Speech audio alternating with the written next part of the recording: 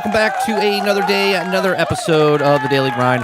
I'm your host, 30NSG, and on today's show, we're going to be watching two videos. We're going to be watching a video from a content creator called Vex, called Why is AAA Games Keep Falling? Or, I'm sorry, Keep Failing. And then we're also going to watch a Bellular News one called Bungie Pulled the Plug on Destiny 2, and now staff are leaking. So we're going to watch and listen to both of these on today's show. What's going on, chat? Give me 1 second. I got to fix my camera again. I don't know why it does this. You do it before the show, and then it happens, and then it fixes it, and then it doesn't fix it. I don't know. Whatever. What's going on, chat? Let me see who's all here. Good morning, Alturn. Good morning, Eclipse, Jesse Mack. Who else is here this morning? Big Mo, what's going on? Good to see you.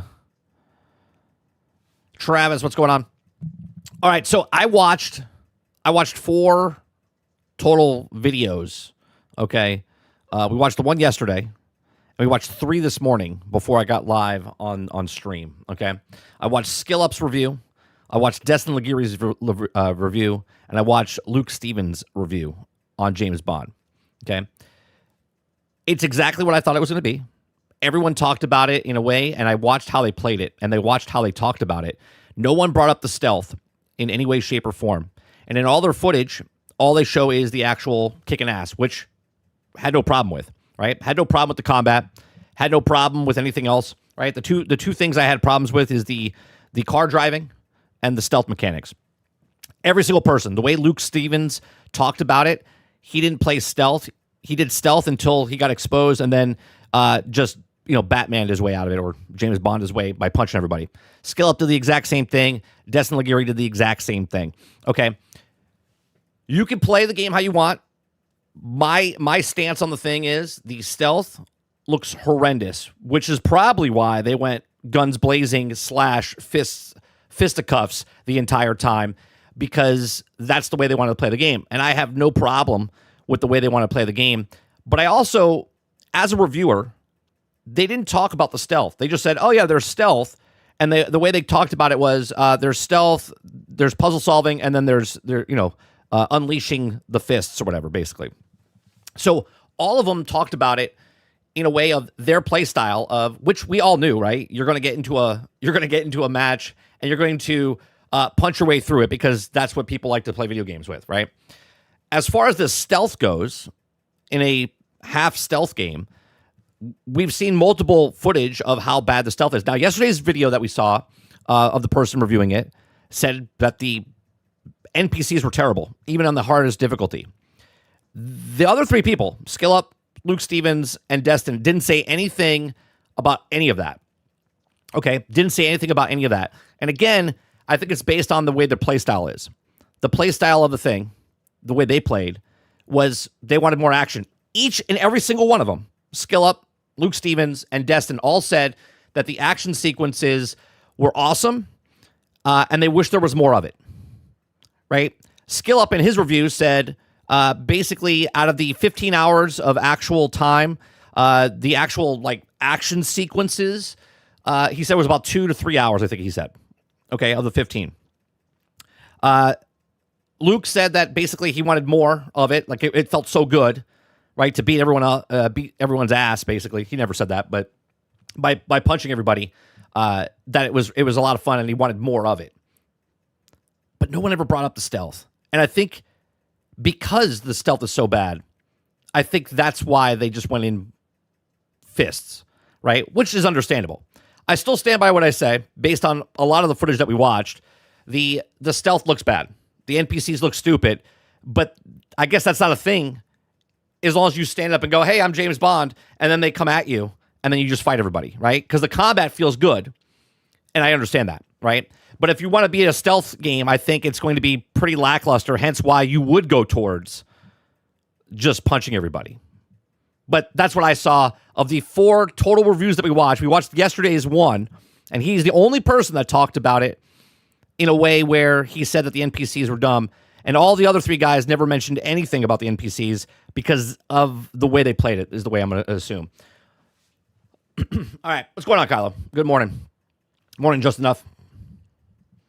All right. Let's see here. Nobody cares about doing stealth in 007 because it's James Bond. I get that, Jesse, but then why sell it as a stealth game?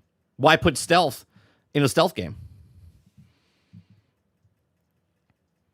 Eclipse said the first thing Skill Up said is that if you thought it was going to be a hitman in James Bond, then you're wrong. It's like I play it when it's on sale. Yeah, and again, this is not me shitting on the game, right? I want to play James Bond in a way where if I can sneak around and do all the stuff and get past the board, sneaking around, not engaging with anybody, then I want to play it that way.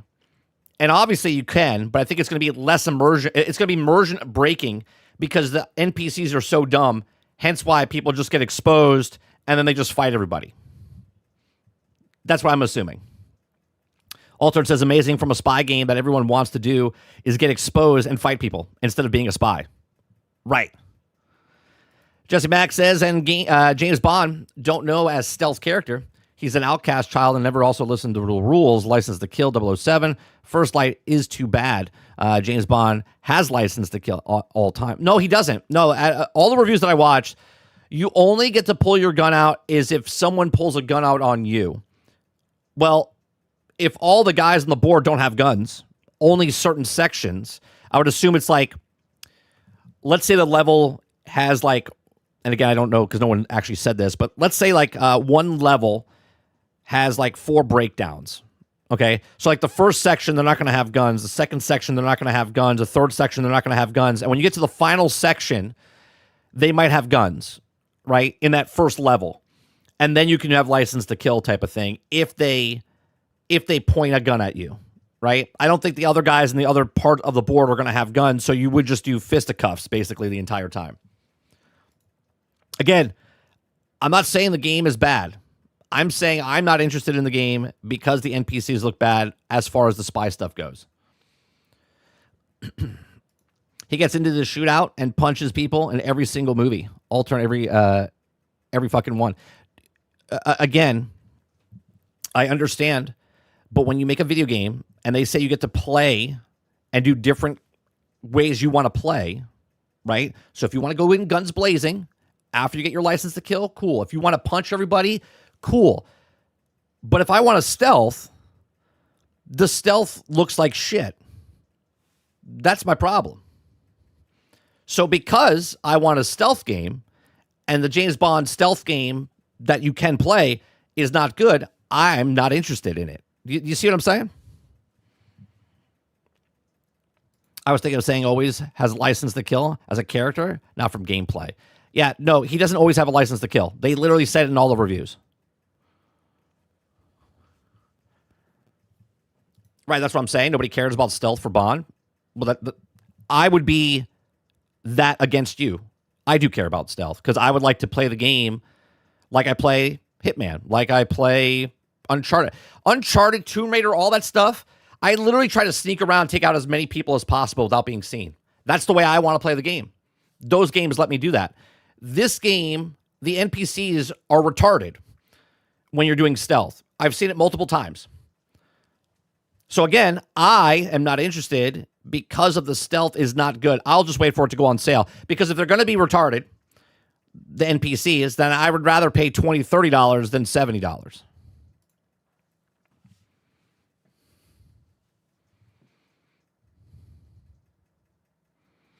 Mr. Z says, I think you need to go watch the Roger Moore movies. He goes in and punches everyone. That's not how I remember. That's what the difference is between a spy and a mercenary. Why call James Bond and not Jason Bourne? Right. You should be able to play how you want to play, especially when you're Hitman. People make it. Right. And again, the reviews I watched, they just didn't play that way. They didn't mention the NPCs at all. Which I get. You know, this is why I watched 4 different reviews. One person mentioned it, and the 3 bigger guys didn't mention it. I would take a Jason Bourne. Yeah, where you can just go in. Just Enough says, is the stealth worse than Hitman? For the footage that we watched, Just Enough, right? It looks like the stealth's not very good. So much so that when I watched Luke Stevens' review, when I watched Skill Up's review, and when I watched Destin's review, Destin Laguerre's review, none of them did stealth. They did stealth to the point where they got seen, and then they just fight everybody.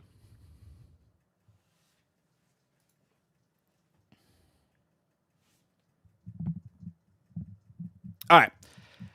The first video I want to watch, I gotta be out of here by like 12:10, the latest. My son's got a reward thing for school. This is his second to last day of school. They're giving out awards and stuff, so I gotta go make sure I get there on time. I think it's at 12:30. So, what's going on, Mrs. Queen? What do you think of the new Tomb Raider Legacy of the Atlantis game? I don't think I've seen that one. Did they show that one? Hold on, let me look that up. That's the announcement one, right? Hold on. That one's the newest one coming out, correct?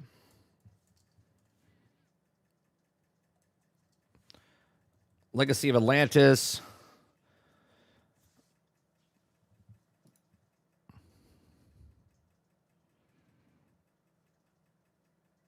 Yeah, that's coming out soon. I haven't actually looked at it yet. I haven't really looked at the trailer or anything. I'm looking at it right now. Yeah, it's from Amazon. I like the older games. I like the old style of the games. I like the newer ones as well. The ones that they redid back in the 20 teens. They don't really show gameplay in this, do they? No, it's just a cinematic trailer. Yeah, it looks like cinematic trailer stuff. There's not much really to say. I mean, I'm excited for Tomb Raider. I played all the other Tomb Raiders.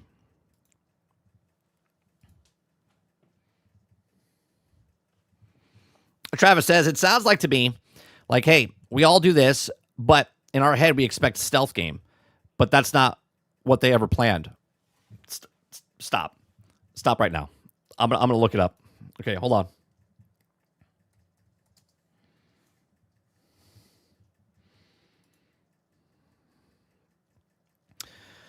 Earn the number of 007 in a thrilling espionage action-adventure game from IO Interactive. Follow James Bond's young, resourceful, sometimes reckless, recruit MI6 training program and discover an origin story of the world's most famous spy. I don't know if you know this, but espionage and spy means stealth. I don't know if you know that, right? Your goal is to not get discovered, right? Not get discovered. When you do get discovered, then you get to put your other things in action. Right? That's what that is.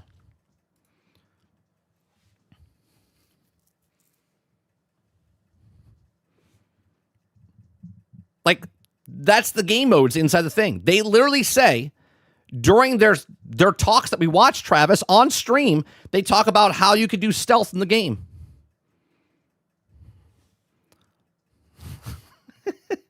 Like, what are we talking about, man?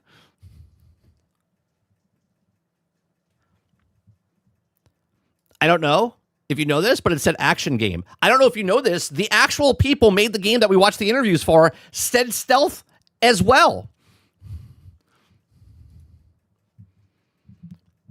You could do stealth. It's just not the focus. No, you see, you're missing the point. You're literally missing the point. I could do stealth, but it's shitty. So I have to go in with my fist and just kick everyone's ass because that's more enjoyable because the stealth mechanic is not. You understand that, right?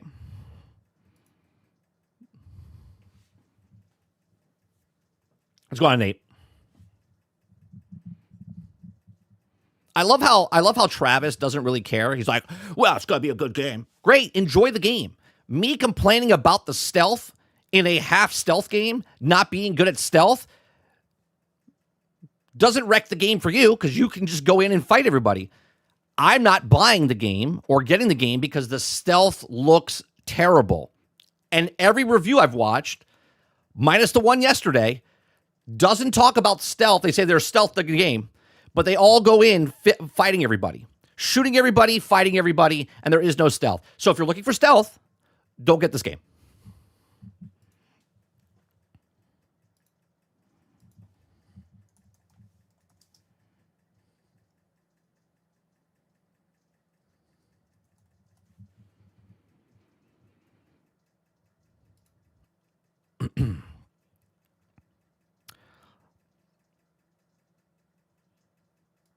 All right. You know what's classified Metal Gear Solid as an action espionage game? Yeah, espionage means stealth. Mr. Z says, I love stealth first. I will like the Bond game, but at least now I know its stealth is very minimal. Right. It's like I'm sneaking around. And you're like, you know what? Fuck it. It's too boring because the NPCs are stupid. I'm just going to expose myself, get in a fight, clear the board faster. That's it.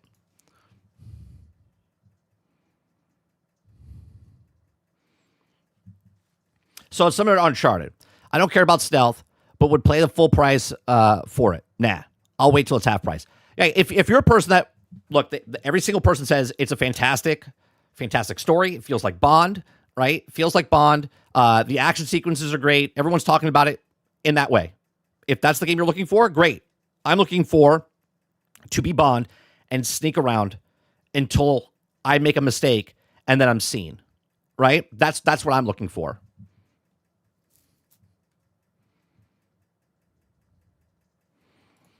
Miss Queen says, no stealth in 007, new game is like not having football in Madden. Yeah. Like, that's all I'm looking for. I'm looking, like, I'm not angry at that you can fight everybody. I'm not angry that you can use the gadgets. It feels like Bond, but why put stealth in the game if the NPCs are stupid? That's all I'm saying. Enjoy the game.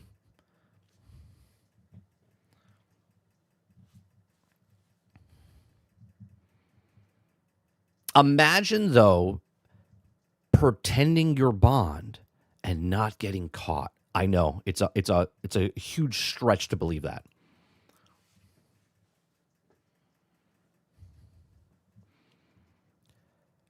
Water says, well, there wasn't stealth in GoldenEye because there was no stealth. They didn't market that game as stealth. They've marketed this game as stealth, Water.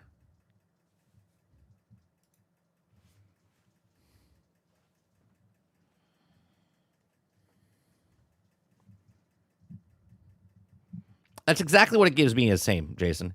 It gives me a Star Wars Outlaw. Like, Star Wars Outlaw said you can stealth. You don't have to. You can go in guns blazing, right? But the person that wants to stealth, when you stealth, you're like, this is fucking stupid, right? The cameras could see you regardless if you were sneaking or not. The stormtroopers with helmets on was so bad that you could be like right up against them and be like, oh, and then take them out. And they wouldn't know you're there while you're looking right at them because the helmets were just, I guess they were so bad they can't see, right? And then I said the stealth is bad in the game. And guess what they did? They fixed it. They didn't have trash nights going, well, the stealth's not bad, and yet they fix it. So again, if there's no patch notes that fix the stealth mechanics in this game to make it feel better, Atakuda Papula celebrates 40 months of membership. The game was supposed to be a stealth game. The stealth is objectively shit. It's worse than early AC game and even Outlaws. I don't know if it's shit. I don't think it's shit. I just think, for me, to be interested in that game, that part is lackluster. So I'm not going to get it right away. They're going to support it afterwards. After you beat the game, in the reviews that I saw, after you beat the game, it's like Hitman. You get these scenarios that you can go back and play.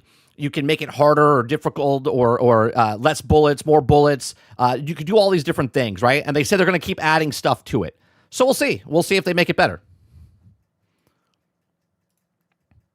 See, personally, I would rather play the first time through, see how far I can get around sneaking, right? It should be like an achievement, like without being seen type of thing, okay? And that's, maybe it does.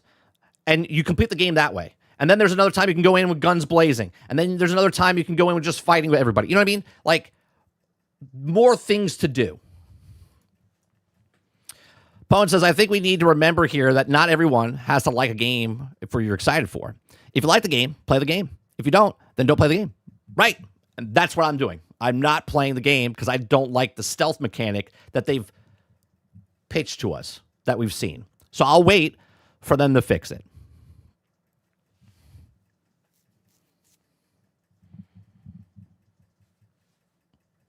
Mr. G says, we're not commenting on Bond. We're commenting on the spy game. On Bond is the protagonist. is the patch right now. This is what I'm waiting for. Let me know what the patch says it fixes. It's an action game with stealth, not a stealth game. No, see, you're pitching something that they didn't pitch. They pitched and said there's stealth and you can do different ways to get around. Celebrates 31 months of membership. What was that? Seems like someone sneaked 31 months of membership. Report to Lord Vader right away. Thank you very much for the continued support, guys. Appreciate Aku. Appreciate Elturn. First says, Halo ODST had an achievement for getting through the level completely stealth. No stealth. No first. Halo ODST is a action game. It's a first-person shooter. There's no way you can stealth through that. There's no way, because it didn't say it.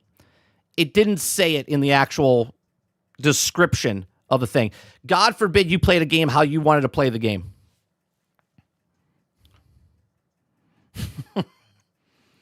So ridiculous.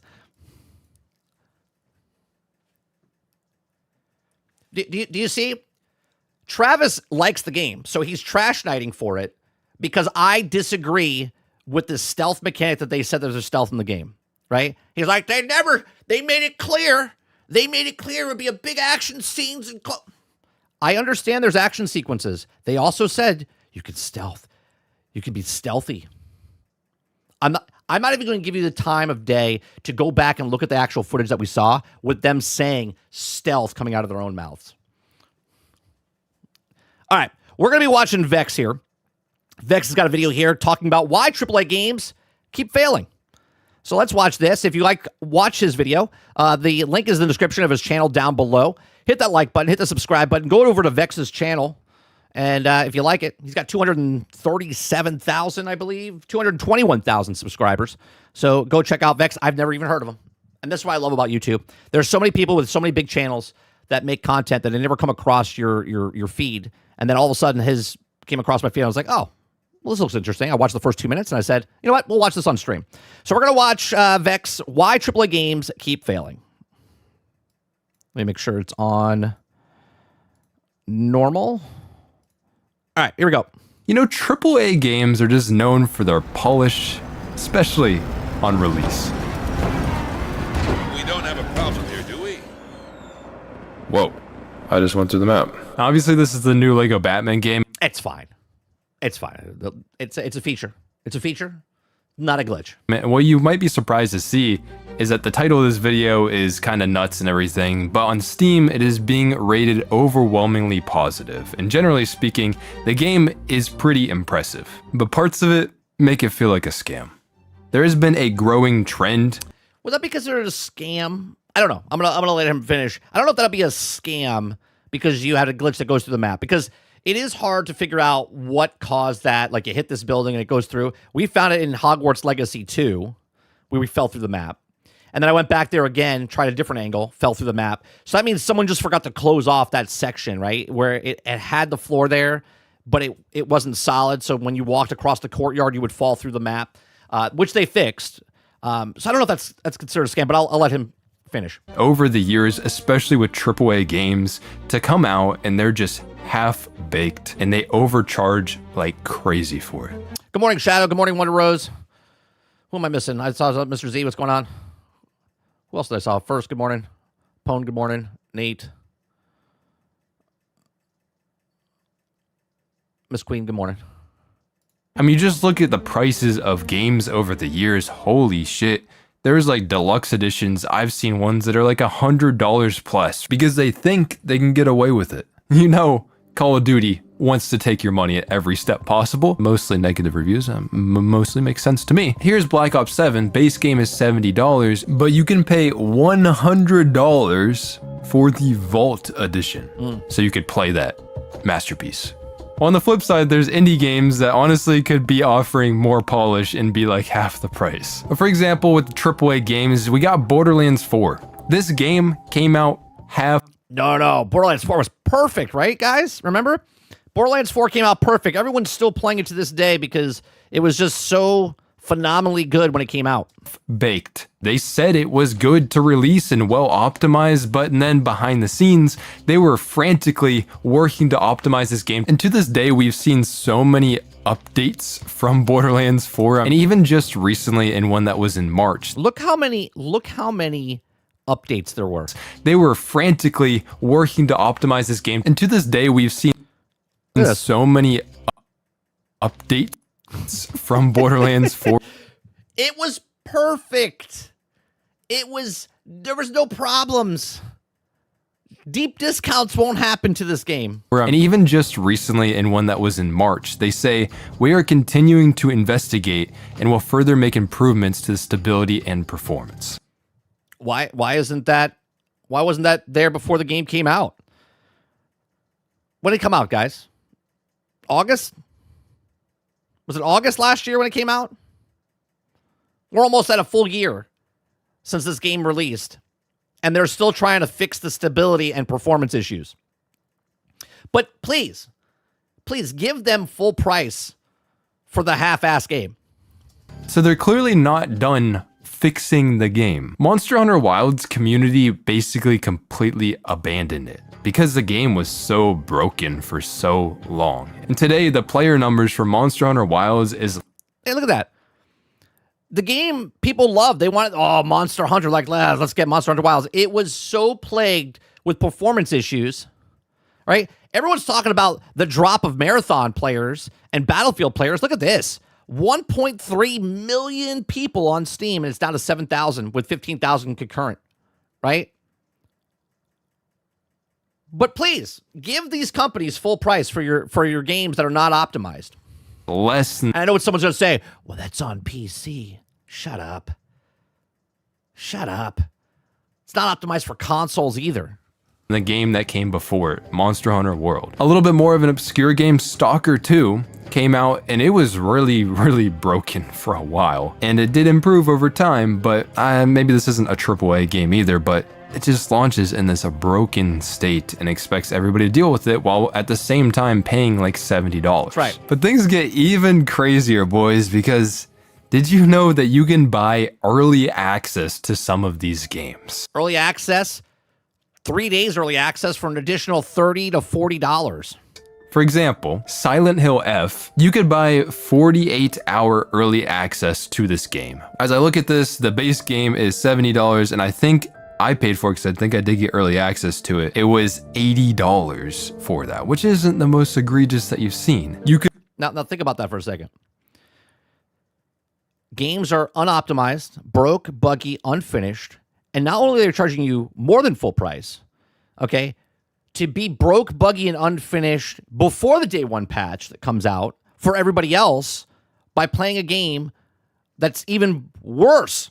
And you're paying an additional $10, $15 to $20 to play that game. could pre-order Black Ops 7 to get access to the beta period. I mentioned in the Dark Ages earlier, there was a premium edition of the game. It was $100. And this gave you, I think, a couple days early access. So you pay more to have an early access game. See, they want the $100 price for everybody's standard is what they want, right? That's why they're waiting for Grand Theft Auto. They're like, come on, baby. Let's get that Grand Theft Auto $100, right? That's what they're waiting for. The standard edition needs to be $100. That way they can charge you deluxe could be $120, $140 for 3 days early access. I think a couple days early access. So you pay more to have an early access game, and it's kind of broken. So you see on the flip side, there's like Subnautica 2 that just recently came out. Now that game is only $30. And that's an early access, right? And this is my problem with games that are come out that are in early access. You know they're going to be broke. You know they're going to be buggy. You know they're going to not be full, complete games. But they're upfront about it. They're like, hey, it's early access, and you only get to pay $30. Now, in my opinion, that's still too much, especially if it's like 2 years out, right? Like Subnautica, 3 years from now, might be done, right? You're paying $30, so now it's an additional $10 every year that it doesn't come out. And then by the time it comes out, it'll be like a $60 game, whatever, right? So like, it should be even less. If it's an early access and it's like alpha build or something, it should be like $10, right? That's my, but we have people playing Star Citizen, almost $1 billion now, almost $1 billion for Star Citizen, right? 13 years later, still in early access, still not complete, but people are like, well, I'm having fun. But that is the problem. The minority of people buying these things are ruining it for everybody else because the industry says, well, these people buy it for $100. We need to get more of these people to buy. I would probably love that game, not gonna lie, but I bet there's some broken aspects about it, but it's being clearly listed as early access. Yes. It's not being listed as advanced access, a game that is already complete, but they're just selling it to you early. Right. Subnautica is still in the process of being developed. And especially with these advanced... And I agree what he just said at the bottom. Selling it to you right? early. It's priced how Subnautica it is should still be. in the process of being developed. Yeah, it's priced how it should be. I still think it's a little high. Especially when it's early on and they're like, oh, we're 3 years out.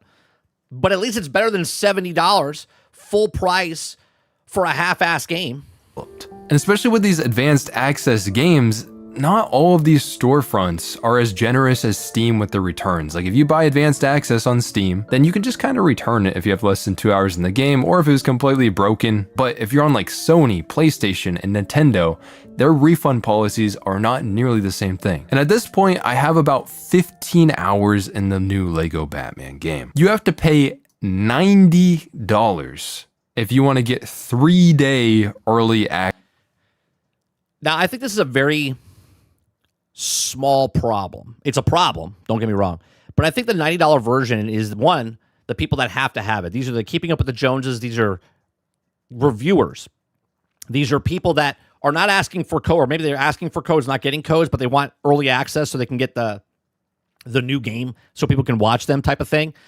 And that's the companies being smart about it. They're like, well, if these people are going to stream our game early, well, we might as well charge them an extra $20, $30 for them to play the game early, right?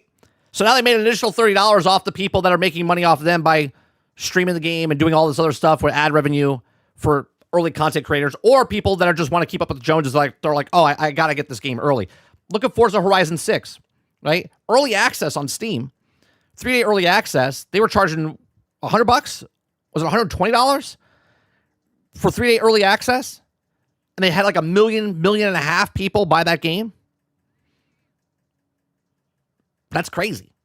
Access to it. The base game is $70, so this is AAA pricing.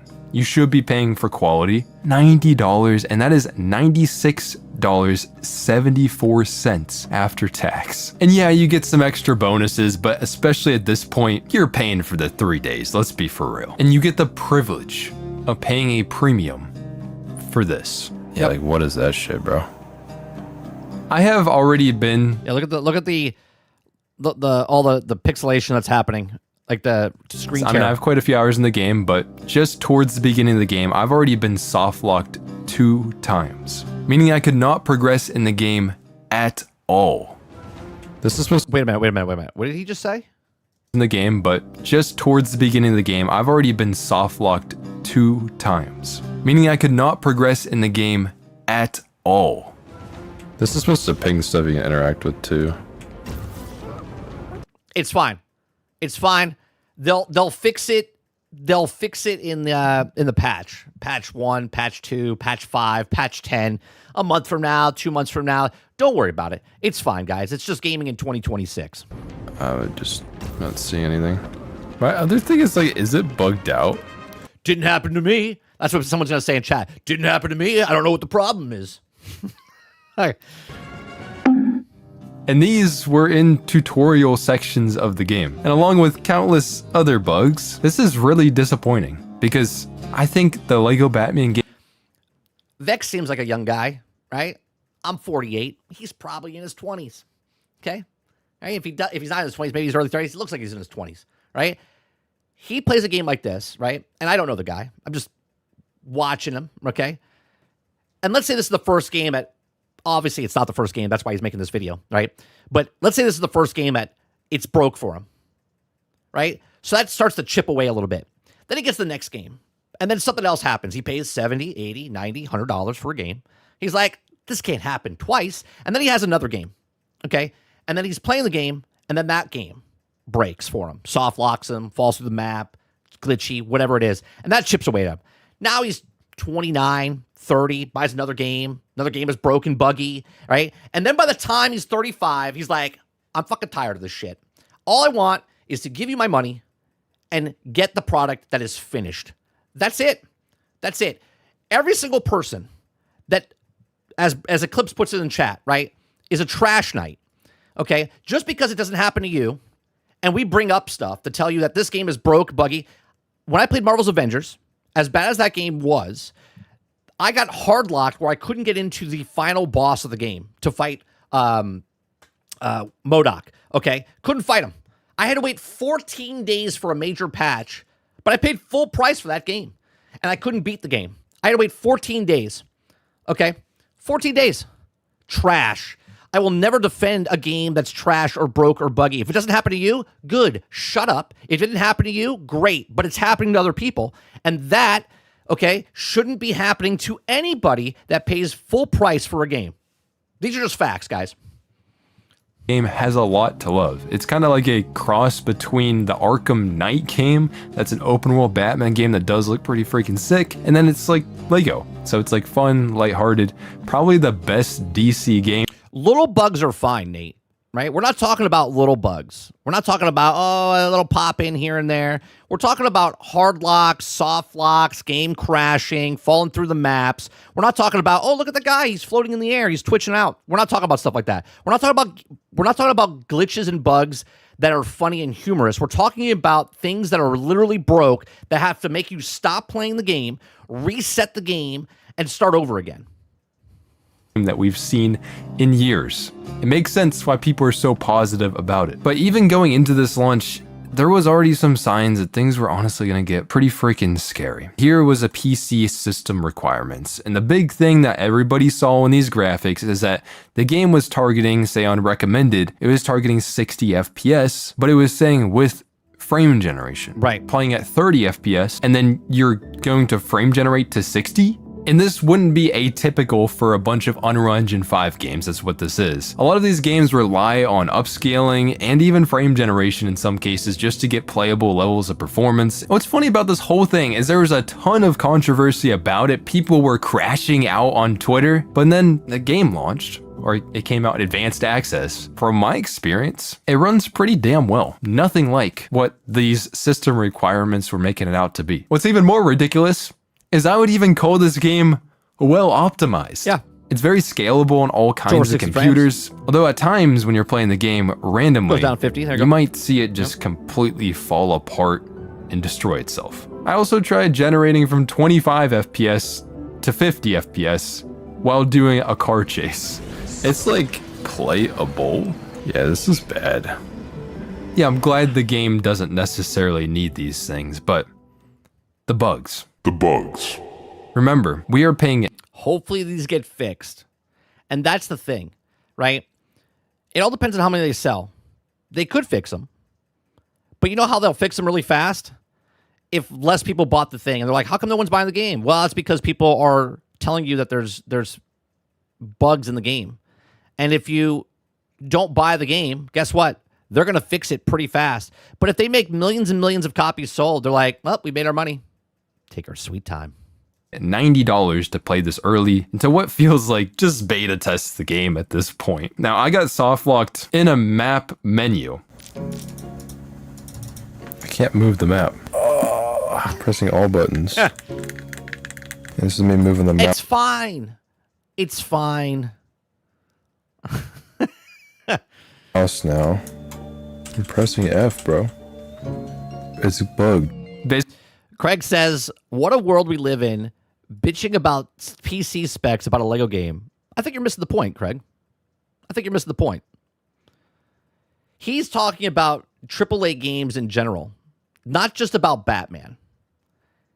But maybe you just walked in. Maybe you didn't know that, right? He's talking about the Batman game because it's the latest game that just came out, and there's problems in there. He's not talking about the optimization of a Lego Batman game. He's talking about AAA games themselves, how they come out, charge full price, and there's terrible optimization. There's terrible bugs and game-breaking bugs that break you out of the game. But maybe you missed that. Maybe you missed that. Basically what I ended up having to do was force shut down the game, reload the game, and then it fixed itself. I felt crazy. It makes you feel like you're stupid, you're doing the tutorial wrong, but it just wasn't moving. The tutorial.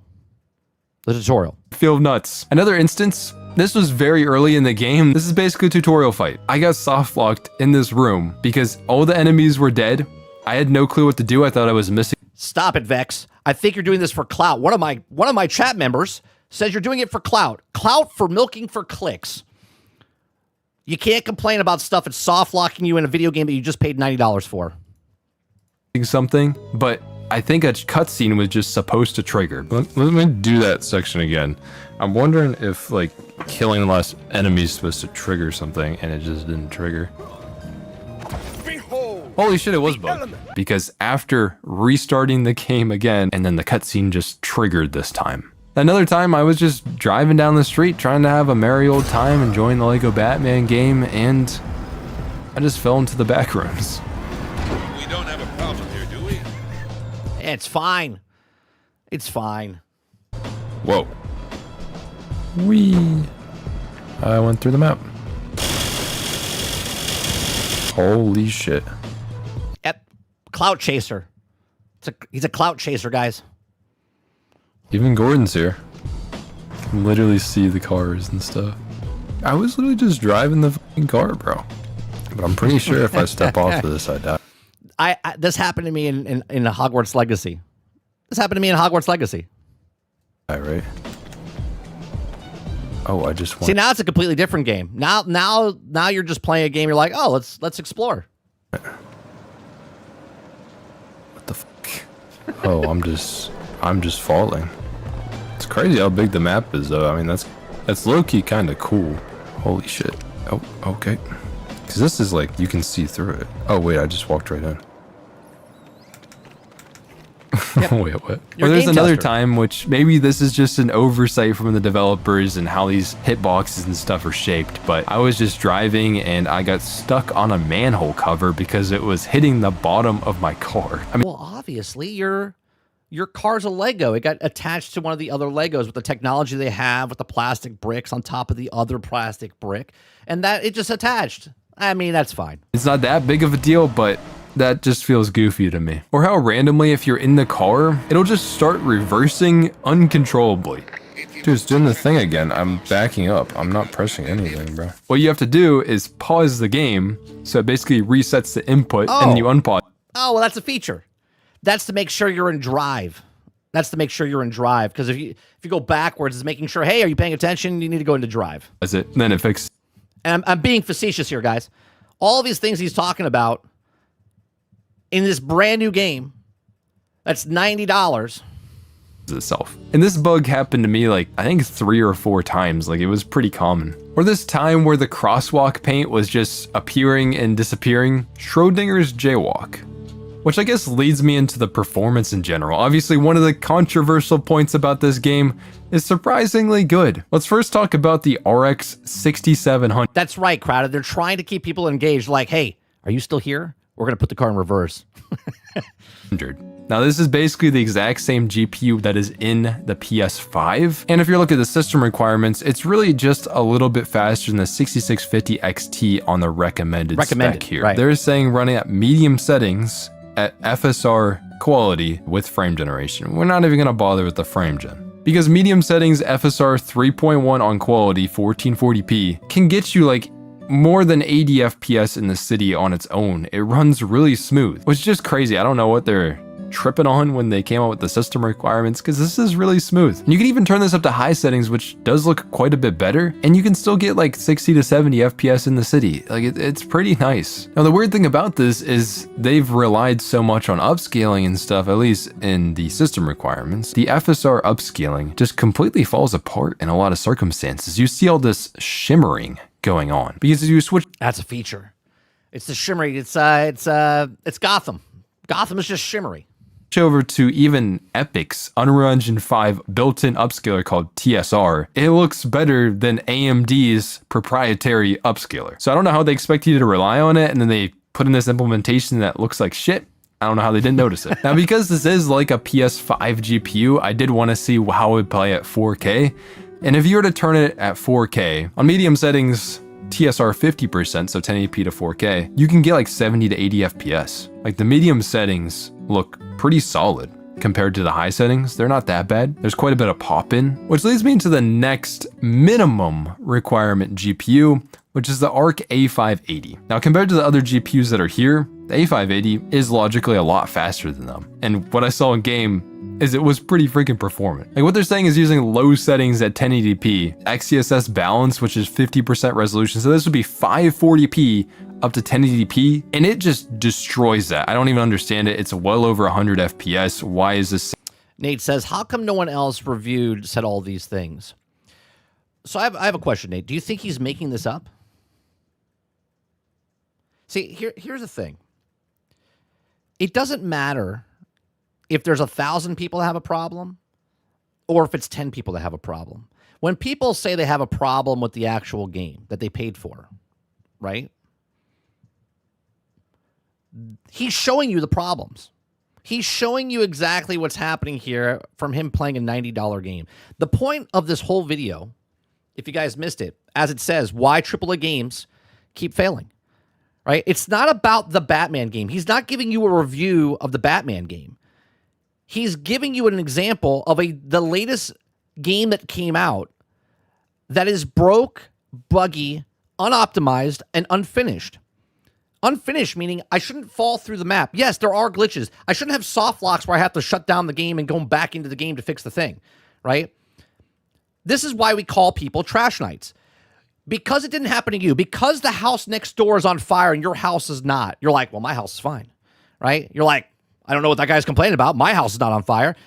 Their house is on fire, okay? The people that buy their game for full price want a product that works. He's not doing it for clicks. He's giving information because there's no consumer protection. Zero consumer protection, okay? Because you could be past the 2 hours and then you can't get a return. So the only way things get fixed is if people don't buy stuff. And make sure, this is why we say don't pre-order, don't buy day one, just wait one fucking day. Because when people play it and they're going to see if it's good or bad, then the masses can then purchase the thing because they don't have to be game testers. Because these companies are not game testing their games.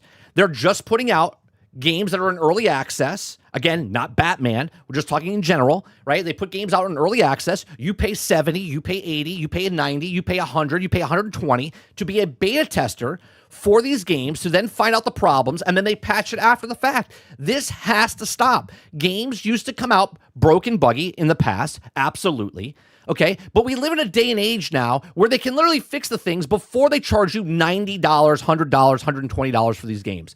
So these people make YouTube channels, and they tell you about what's happening in the game, so other suckers out there don't buy the actual game until they fix it. Saying it could only get possibly 15 FPS in the game. In fact, you could just play at native 1080p low settings and get over 80 FPS. Now, it made me freaking crack up is they were talking about frame generation so much, but if you try to turn on XeSS frame gen, so Intel's frame generation, the XeSS FG is not running right now. Yeah, it's not running. It doesn't activate. It has prompts for it, but it just doesn't work. Now, That's one fine. of the recommended It's GPUs fine. is the RTX 20. Why would you want a thing to work that they tell you could work, but it doesn't work? It's just there to make it look like it's there. 70 Super. And this card performed amazingly in the game. Like if you were to turn it on their recommended spec, they say DLSS quality at 1440p medium settings. We were easily getting about 80 to 90 FPS on the 2070 Super. And this card isn't new by any means. You can pick it up for about 150, maybe 180 bucks nowadays. And honestly, the game still looks great. Remember, the 2070 Super is doing this without frame generation at all. That's not necessary. So we were freaking out about nothing. I don't know why they communicated it in the way they did. Now, if you do try to go up to high settings though, it looks like it's running quite well because you can turn it on like DLSS performance to try to make it that performance gap and everything looks okay, but then randomly, game just might crash out and your performance tanks. Now things start to get a little weird though when you hop over to the 9060 XT. Things are just not great, despite it being faster than some of the other cards that... He's literally did the work where he's putting different graphic cards in to show you the actual stuff, right? He's not being disingenuous. He's breaking down what's happening on each of these cards. We've seen attempt this. And on certain settings configurations, the card just completely falls apart. So what the hell is going on here? Basically, 8 gigabytes of VRAM. This is an issue that this game has.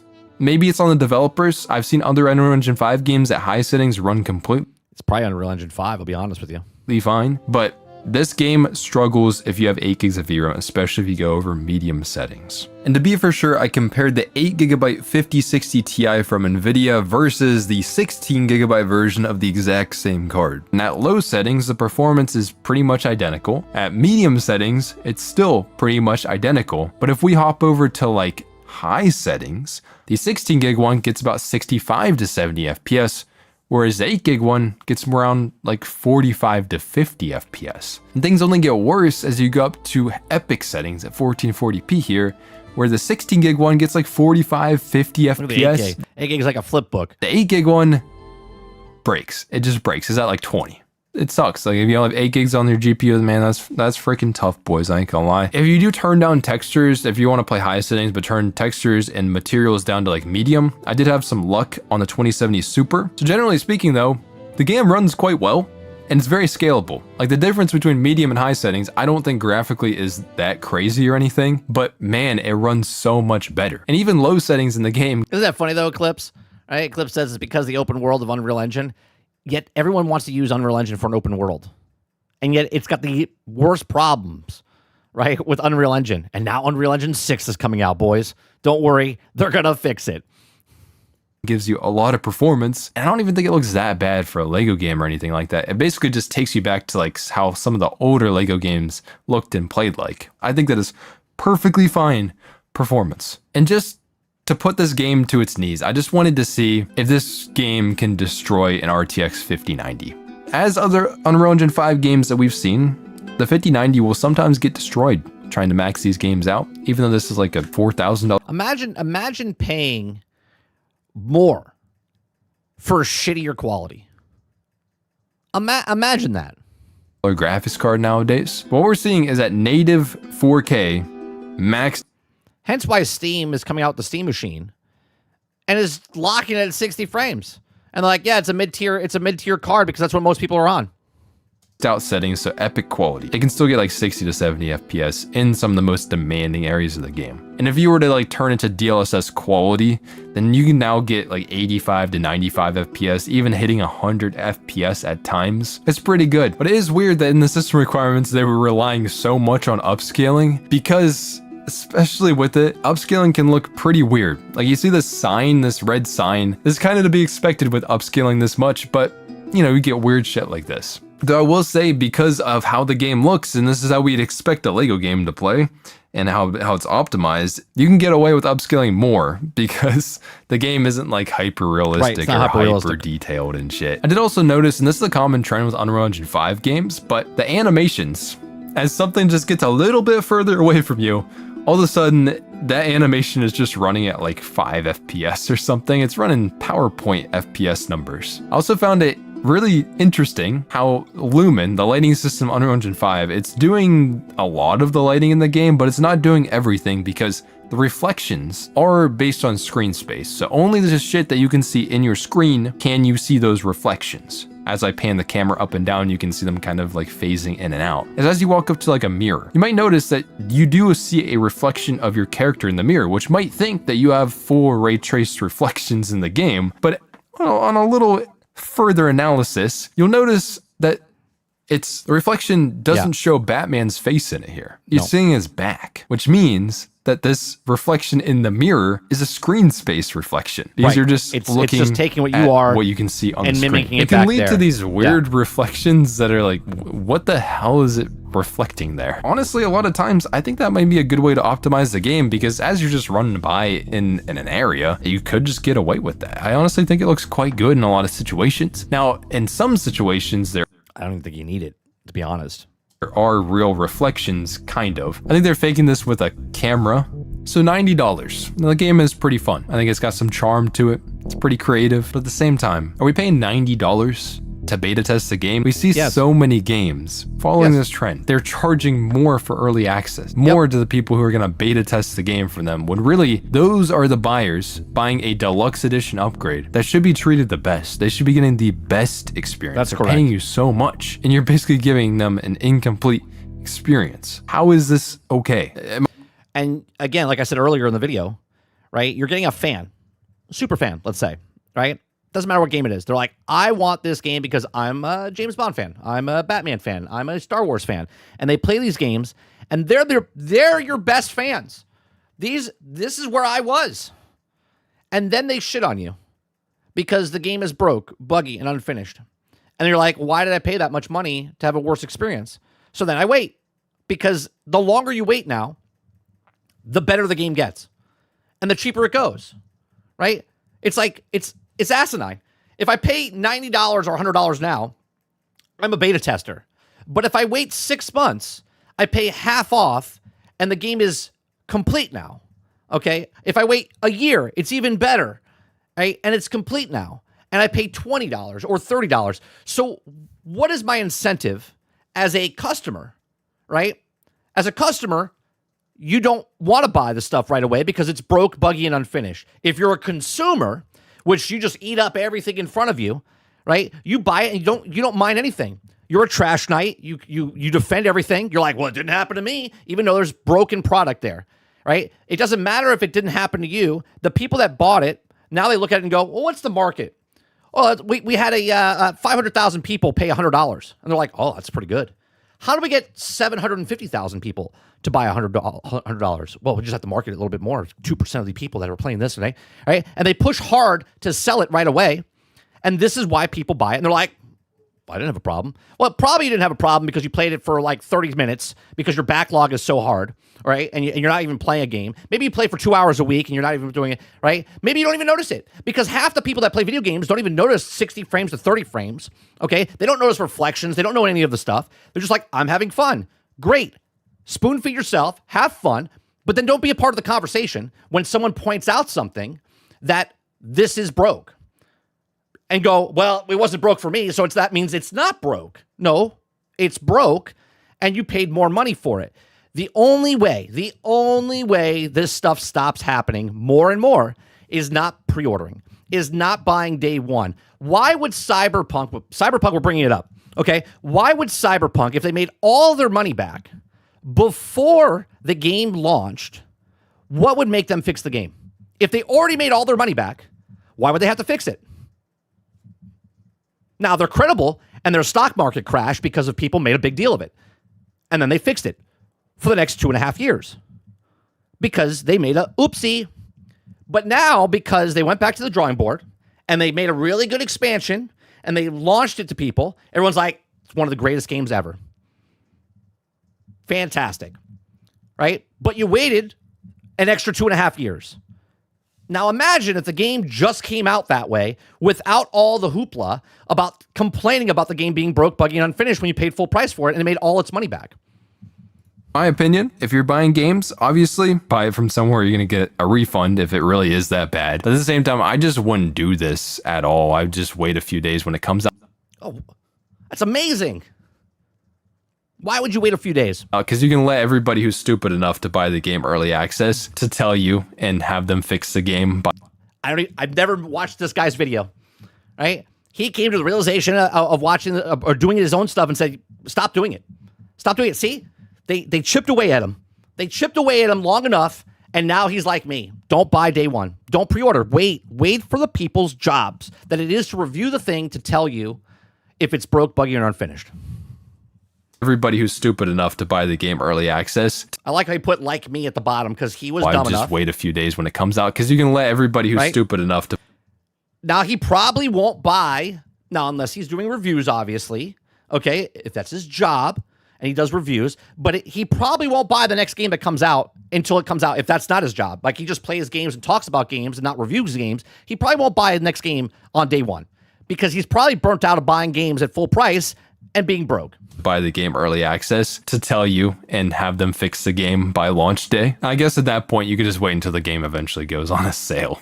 And the game will probably be patched by then. Now it brings up the question though, is like, well, why is the game so broken? It's so weird. And also, I'm surprised that not many other people have been finding this stuff. I don't feel like I've been pushing it in this crazy way or making it trying to break the game or some shit like that. I'm wondering if it's because TT Games, the people who make it, because they just transitioned to using Unreal Engine 5. And also I think that this is biggest game that they've made. It's like a full open world Batman game, a lot like the Arkham Knight games. And I do wonder if they didn't go around and polish everything, if they don't know how to use all the intricacies of the engine as well. Now I will say that I think Unreal Engine, I bet it allowed them to do a lot more with this game. Correct, because all those tools are already built for you and you can just build out this whole world. And it doesn't seem like they did a bunch of custom work in Unreal Engine 5 either. It's mostly stock stuff. I mean, even the freaking settings presets in the game are called Epic.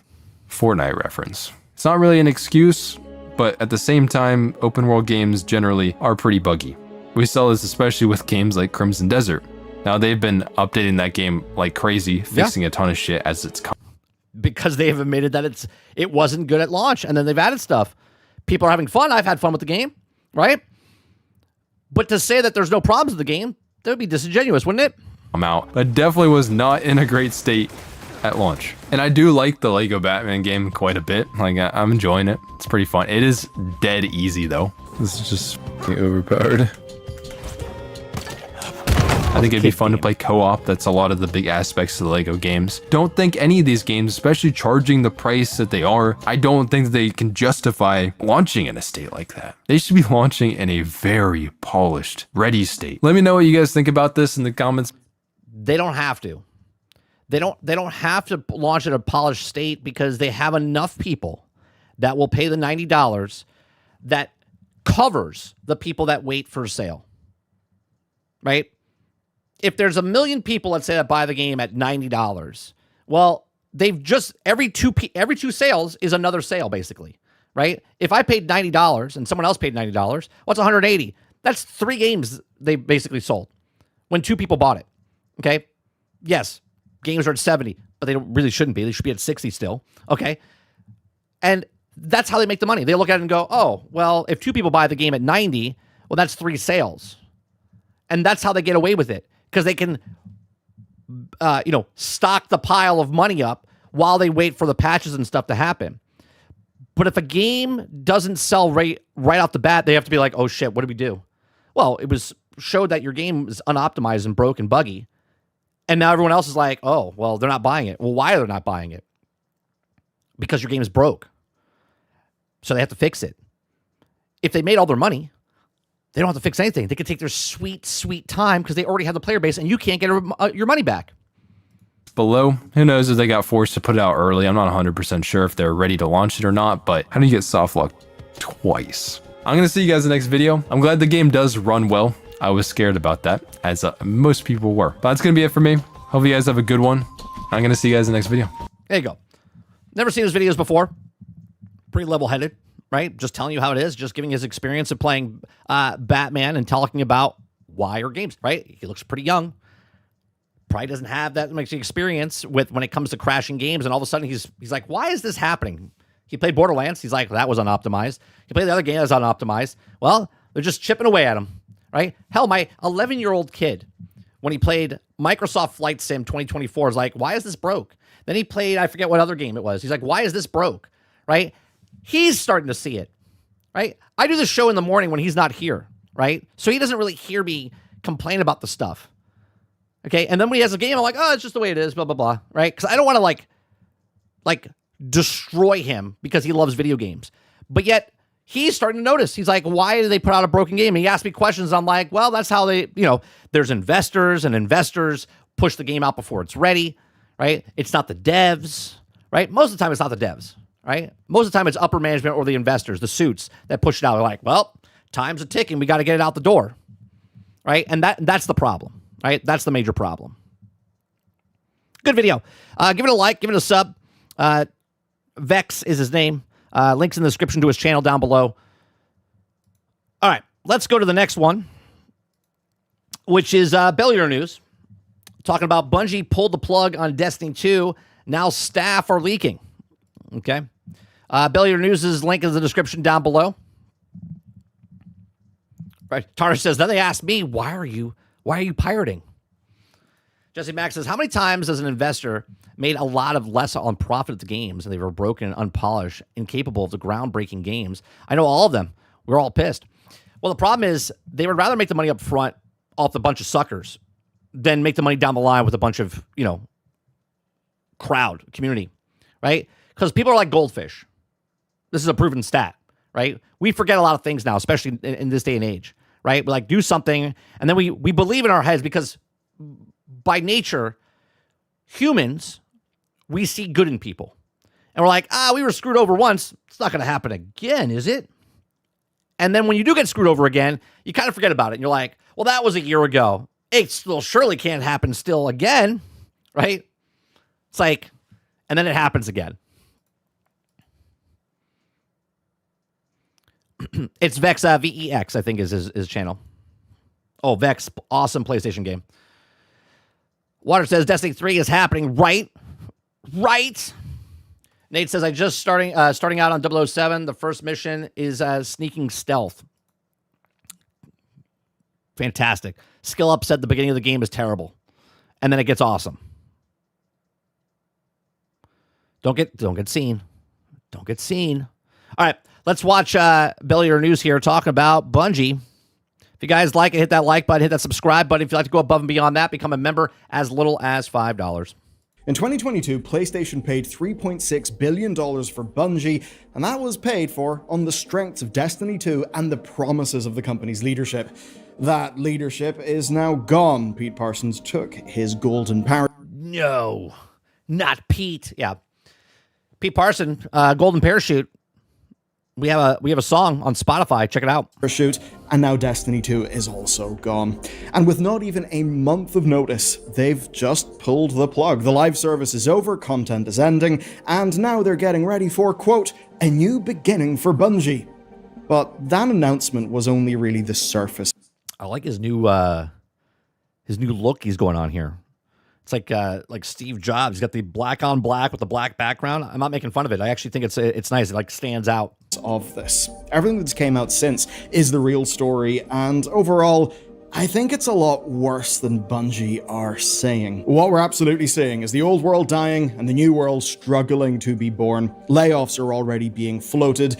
Bungie will absolutely not make it through this unscathed, and looking at the comparative performance of Bungie and Marathon, it's hard to see a way out.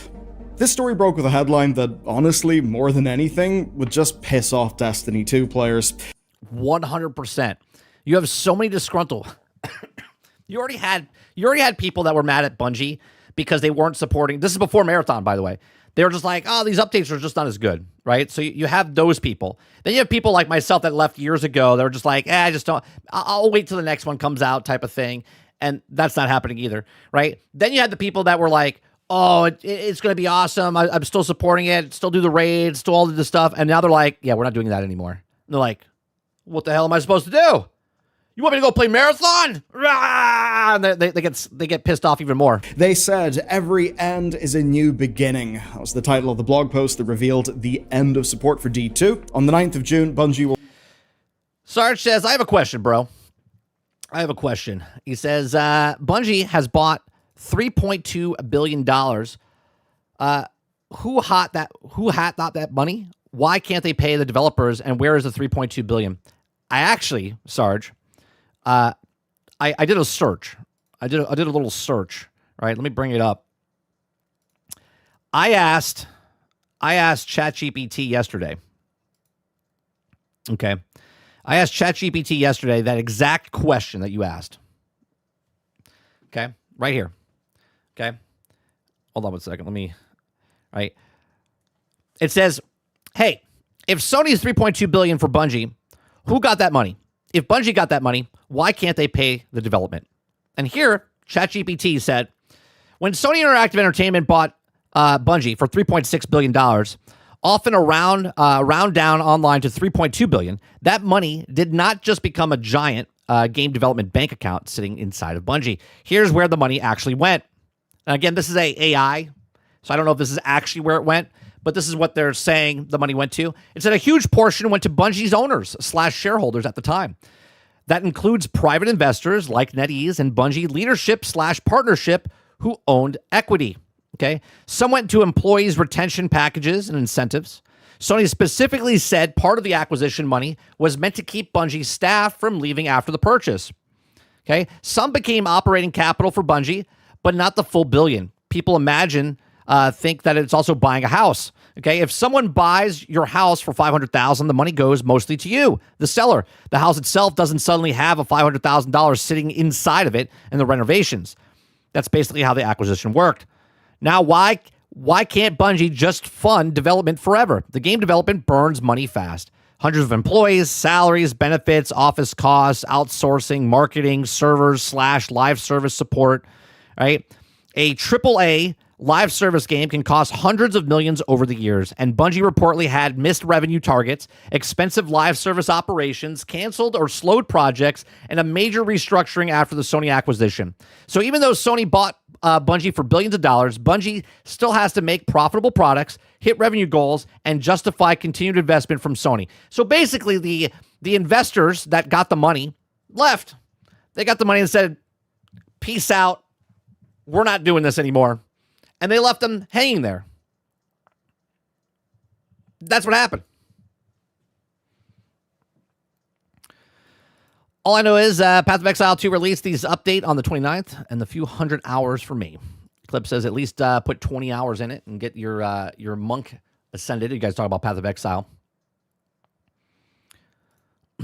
So there you go. All right, let's go back to the video. Will release the game's final update called the Monument of Triumph, which is an odd name for this update given the last few years. And it is going to be the last one. People will get overhauled systems, the return of activities and events from the game's history, and some minor story beats to send off characters. Obviously, the deeper lore, the sense of the verse, and all of the things that people... Oh yeah, they're shitty. They're so bad at handling money, Sarge.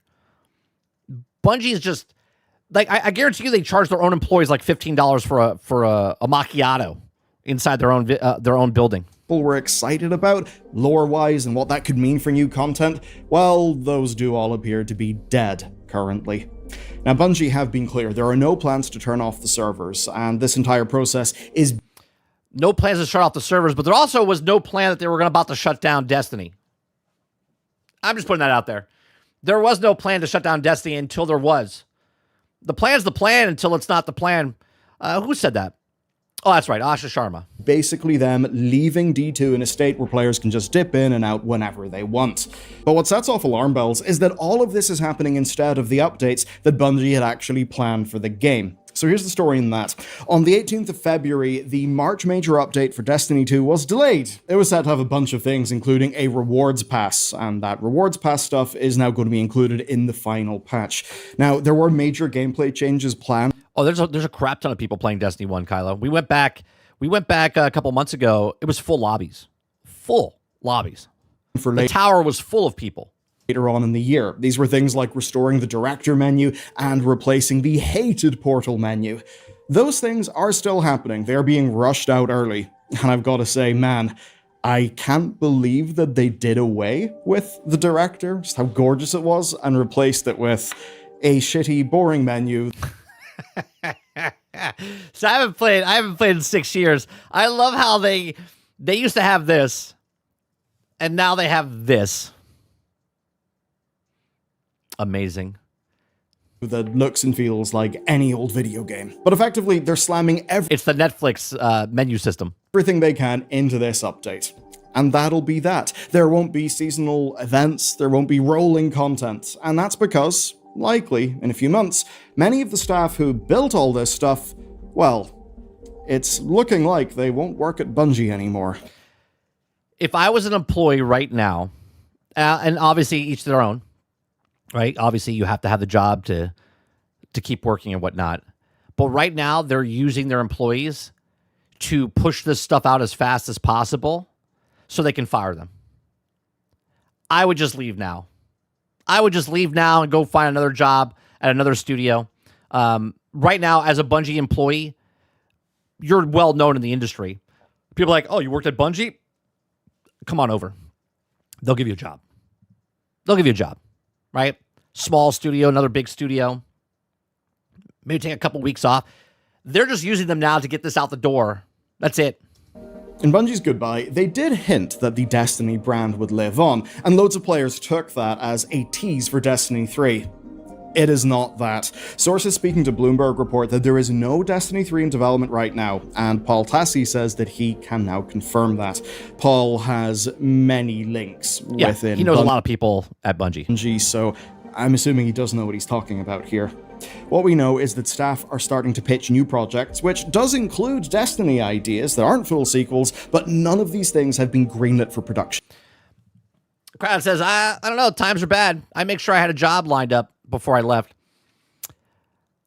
I don't know. I'm a type of person, Crowded, when I know someone's taking advantage of me.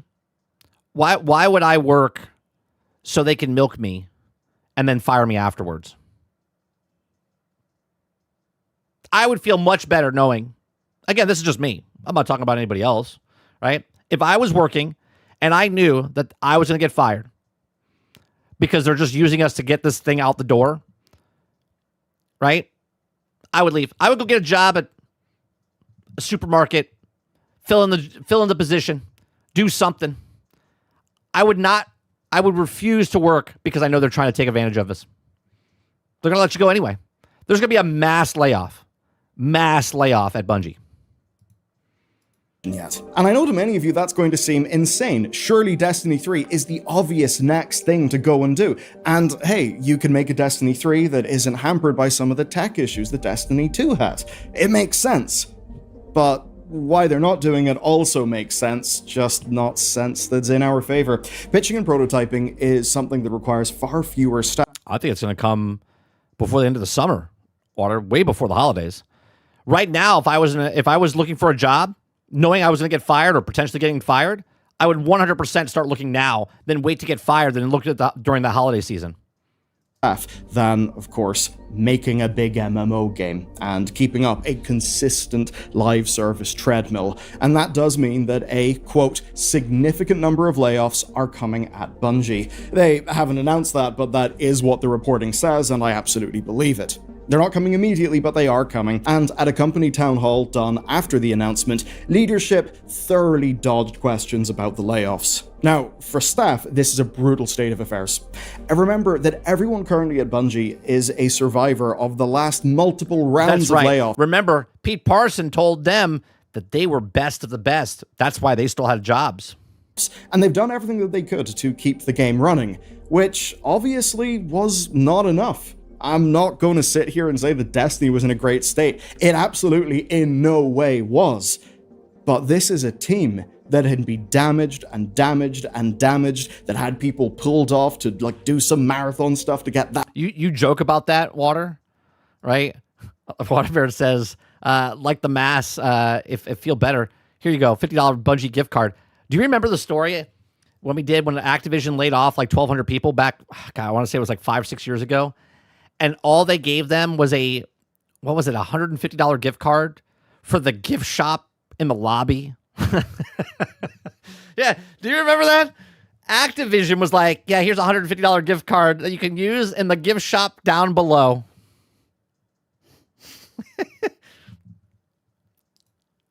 That game out the door, it has been a consistent Thanks for your time here. You're fired. Oh, here's a $100 gift card. Don't forget to spend it on your way out. rolling disaster. Now, what's interesting is the decision to kill Destiny 2 was apparently made earlier this year, but Paul Tassi actually reports that the vast majority of the decision to end support for Destiny 2 and the move at least some amount of resources over Marathon was made earlier this year. Work continued to future Destiny 2 content, including future expansions like Shattered Cycle, and did not stop immediately when the decision was made. This was also because the vast majority of Bungie did not know about Destiny 2 support being dropped right up until it was publicly announced. This is exactly what I'm talking about. They didn't tell them that they were doing it, because you know why? If they told the employees that we're not supporting Destiny 2 anymore, they would have left. They would have known earlier, and they wouldn't have done the work that they did. But now, the cat's out of the bag. So now as an employee, you have to be sitting there going, we're all getting shit canned. We're all getting shit canned. We didn't get shit canned last time because we were the best of the best, but now we're not even working on the game that we have. And now the other team that's already working on the game they're being supported, what are the chances that you're going to get moved over to that part and then someone else from that team is going to get booted? Probably not a good chance there, right? The chance of you getting fired over the people that are working on the game they're supporting is much more in their favor because they've been working on that game for so long. So you would be looking for a way to get the fuck out of Bungie right now. Right? There's also certain teams within Bungie that did not know that it was coming. Some who were working on the final Destiny content for June update. Some who had already been moved to Marathon. Now, the people that were moved to Marathon, right? The people that worked over to move to Marathon, their job right now is potentially safe. If you didn't get moved, guess what? You're not the important one. You're getting shit canned. Okay, these people begged leadership to tell more people, and keeping so many people in the dark divided the studio. And these are in the know teams felt extremely isolated. And this is exactly what I've talked about in the past. In the corporate world, everyone's your friend.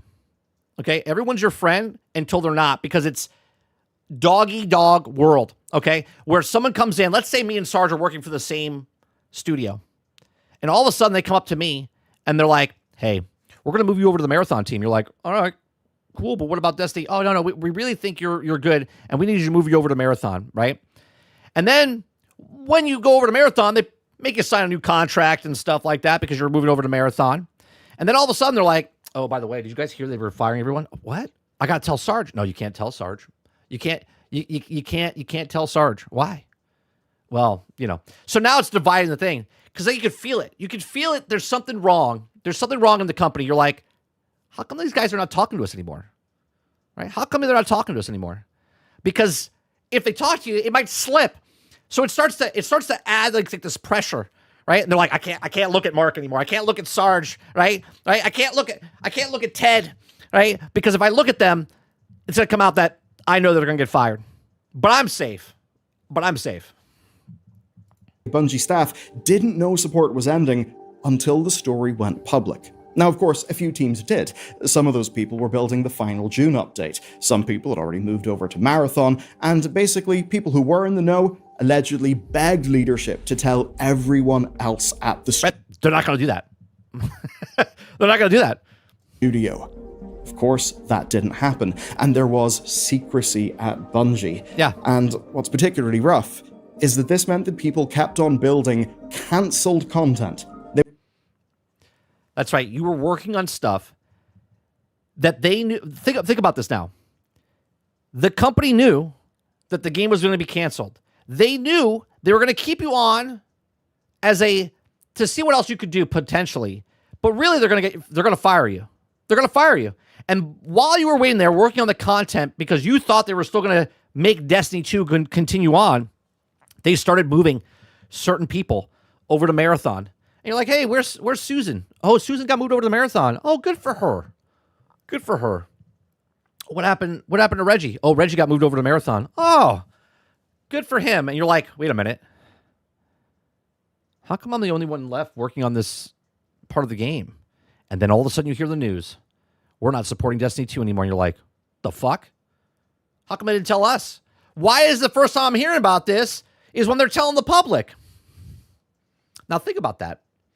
You could have been looking for a new job this entire time.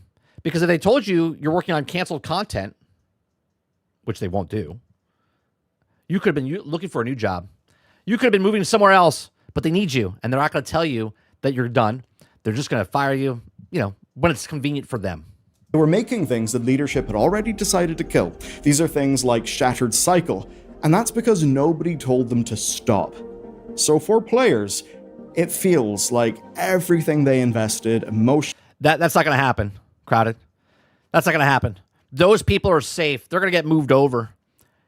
See, the ladder works the opposite direction. You're the bottom rung. The top rung doesn't go. They don't go from the top down. They go from the bottom up. And financially is just being abandoned, and I think it's fair to say that the staff, that the devs, also feel a bit abandoned themselves. Now, in the wake of all of this, there have been a lot of questions leveled at Bungie. Why is this happening so suddenly? Why didn't it happen sooner, like say, after the final shape? Why aren't Bungie unvaulting all the paid That's upper management of Sony. Sony's like, well, let's see how much we can get back invested. Let's take the Star Wars brand and bring it into Destiny and see if we can milk that a little bit. I told you when Sony did a little deal with Star Wars, I was like, something feels off about this. They're taking a diluted franchise to bring it into Destiny to revive it. Something feels off. campaign content that they locked away years ago? And perhaps the more grand question, what the hell were you thinking with the last while of Destiny content? How did you ever think this would keep the game in a fit, healthy state? Why were we doing a weird Star Wars expansion thing? Writing was on the wall, my friends. Now, the answer to all of this stuff has just ended up being, well, kind of the same. That this all was never the plan, and that ultimately this is down to Sony Group, Bungie United, is planning a significant number of layoffs as it ends development of a long-running online shooter game, Destiny 2, according to people familiar with the studio's plans. The company doesn't have a new project lined up for Destiny 2, so what they're going to do, this is what happens in the film industry all the time. Obviously, in the film studio, if you work for a film studio, they have projects lined up, but they don't have them in production yet. So what happens is, so they don't have to pay you your salary or pay you your benefits and stuff like that. They'll let you go. They'll fire you. Even though they'll probably hire you again for the next thing once it starts up, they don't want to pay for all that stuff. So they're just going to mass lay off people. Now, you as the employee, you could go look for other job, or you could sit there and go, oh, well, maybe they'll hire me back. I know there's something, Ted that still works for the company told me that there's other projects happening. Maybe they'll hire me back, right? Which is not really fair to the employee, right? But that's the way it works. Bungie, a company that's... It says the company doesn't have a new project lined up for Destiny 2 development team after the game comes out at the end of next month. According to the people who asked to not be identified because they weren't authorized to speak to the press, Bungie doesn't plan to immediately enter production in Destiny 3. They said the number of job cuts was to not known. Experienced years of corporate chaos and malfeasant leadership, that it's basically just finally hit a wall. It's hit a reckoning. PlayStation can't keep on barreling money into the studio when it's not producing results. Now, that said, there is one game that we know is not dead. And with Destiny going away, all of the player frustration is going towards Marathon. Take a look at Steam right now. Which is absolutely nuts. Look, when I said Marathon was going to last a year, I didn't think they were going to close Destiny. I've actually said it publicly. I said Marathon lasts a year, and then they go towards Destiny. And maybe that's the play still. Maybe that's the play too, still. Maybe they're trying to get their ducks in a row before they commit to Destiny, the next Destiny. But right now, Marathon's the one that they want to put money into, which is just absolutely nuts, if you ask me. Now you'll see that Marathon is getting fully review bombed. People are furious that the resources that could have gone into Destiny 2 or 3 are instead going into Marathon. And look, from a certain point of view, bought the game to leave a negative review, then refunded it as because Bungie deserves it. Peace out. Do you see how angry? Do you see how angry someone that played your game for 10 years, 11 years, 12 years? They feel betrayed. They were the fans.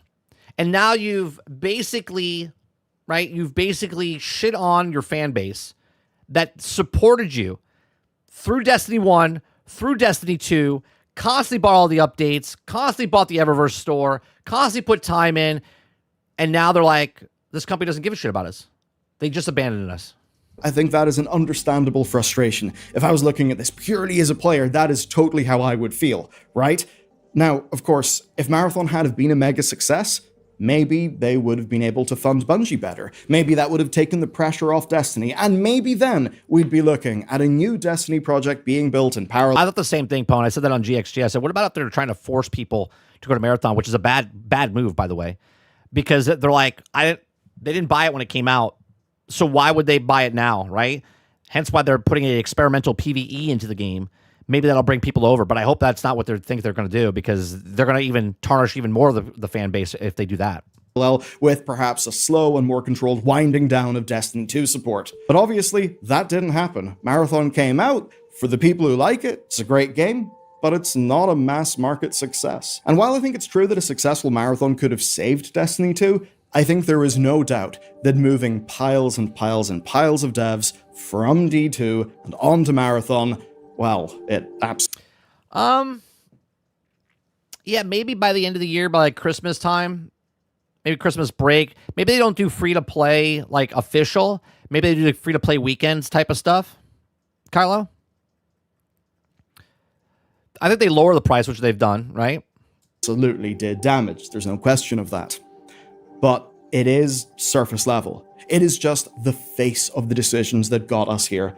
And it's those decisions that you really need to understand, because they're basically why this shit has happened. So let me explain. Ever since the PlayStation acquisition, and probably ever since the separation from Activision in 2019, Bungie has been flailing about the place to try and find some sort of path forward. You see, back in 2019, Destiny 2 wasn't meeting financial expectations. And of course, it's a game that it came after Destiny 1 had kind of been delivered late, so there were lots of issues at the studio. And the funny thing is, it wasn't even supposed to be a live service. Yeah, it was supposed to be 4 separate releases. Interesting, huh? Bungie Activision contract. On May 21st, the judge of Los Angeles Superior Court ordered Bungie's contract with Activision, previously sealed during discovery of Activision West. Okay. The contract, full contract, was published entirely of the LA Times, provided the number of pieces of information that were also previously unknown and are only speculated. Destiny is operating title for Bungie's next project. Destiny will also consist of a series of 4 MMO-style sci-fi action shooter titles released every other year beginning fall of 2013. Expansion pack style, downloadable size content DLC, codename Comet, will be released every other year, beginning in 2014. Destiny will also feature a number of DLCs, microtransactions, and value-added paid service. Destiny is targeting a teen rating and an ESRB in the United States, of PEGI 16 rating in Europe. Activision has previously confirmed that retains the exclusive right to publish the Destiny titles. However, Bungie retains the ownership of Destiny intellectual property regardless of the relationship with Activision. Bungie will receive $2.5 million per year from 2010 through 2013 to develop Destiny. Bungie will also receive 20 and 35% of cumulative operating income for Destiny, depending on the total amount of income. Bungie is eligible for a number of performance sales-based bonuses depending on Destiny meeting certain development milestones and sales goals. Each a game with an expansion pack every other year. That was their plan. Now, when PlayStation... Every other year. Then they had the House of Wolves and the Dark Below, literally like a month afterwards, 2 months afterwards. It was like December. December 3rd was the first DLC, which was Dark Below, and then House of Wolves came out in May, right? And then, remember, every other year. Well, they had fucking DLC every year. They made the problem, and then they sold the solution, right? Bought Bungie. They paid way over the odds because Destiny 2 had just delivered an absolute banger of an expansion. We've talked about that stuff recently, but what's happened to the money is what's actually more important for this story. You see, Bungie's leadership... Argus says, Mike, last night I saw a short from almost all the major character voice actors in Destiny 2 with them introducing themselves and talking about how great the journey it was and thanking people for it. Invested their money in any future except for one that had Destiny 2 being extremely important. They spun up several project incubations, including games like Marathon, and those were all designed to find other big hits. But the expectation was that Destiny 2 would continue to make money and continue to fund everything. Basically, milk the cash cow, take the milk, invest it into other things. Like cars. That was kind of their plan. But the chaos of the layoffs, the cancelled incubation projects, and the leadership pivots around Marathon all reflect Bungie's failures. They never considered for a second that Destiny 2 could fail, or that they'd have to face the consequences of that. Put simply, Bungie, as an organization, took Destiny 2's success, and therefore its players, for granted. Oh, isn't that interesting? Isn't that interesting? Bungie, the problem all along. I love how it comes out now. I love the fact that I've been saying it for a decade, but only now it comes out that Bungie was the problem. And all the people that just love to eat it up. And again, if you had fun playing Destiny and stuff, cool. But I used to love the people who would argue with me when I would say things about Bungie. and everyone would be like, this guy's crazy. He doesn't know what he's talking about. It's amazing. Now, why wouldn't they invest in, say, rebuilding the vaulted content? Well, there's an obvious answer, because that would reflect less profit and it would risk impacting the live game. And then there's the obvious question, why wasn't there an incubation project for Destiny 3? That would have made sense given, the final shape. And the answer is because it would not be the old leadership's problem whenever they would leave a few years later. That really is the thing. All they had to do was keep profits consistently out of the red to earn their huge payouts. And those payouts... Former Bungie dev shows a fury of sorrow over layoffs following a revelation of CEO Pete Parson allegedly spent at least $2.4 million in vintage cards. Let me tell you something. What the man does with the money that he makes afterwards doesn't mean anything. He can do what he wants with his money, just like you guys can do whatever you want with your money. You could buy the broken buggy game. He can buy a vintage car because that's his paycheck. His paycheck that he makes, he can do what he wants with it. That's what he chose to do with his money.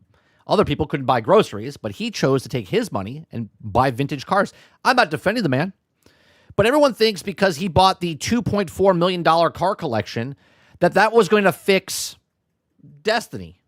Hello? You're going to need a lot more money than $2.4 million to fix Destiny. Truly were huge. As Bungie's ex-senior narrative designer Robert Brooks put it, quote, "It turns out the real Destiny killer was Pete Parsons." It was more than Pete Parson. It was everybody at the company and the upper management that was burning and churning through money. Whatever they did with that money, they burned through a lot of it. And the thing is, he's not alone. Paul Tassi, who has covered Destiny for over a decade, pointed to the same thing. The old leaders practically fleeced Sony with the overvalued sale of Bungie and then basically bailed themselves out. David Barrett, right? That's his name. The other guy that was there in charge of Destiny, that's suing for a shit ton of money, still an open court case, whatever. Luke Smith and Noseworthy, they left early. I wonder what they did. You think they got out while the taking was good? I don't know. I'm not speculating anything. I'm just saying. They just left at a perfect time, didn't they? Now, you still might be wondering, well, why the hell is this all happening now?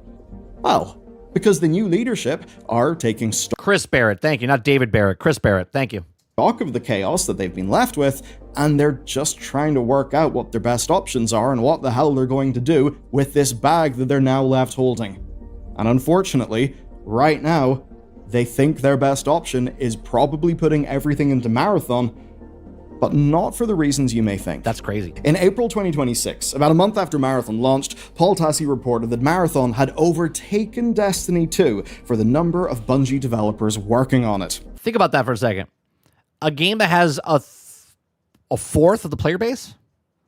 They moved all the people over to Marathon. Why?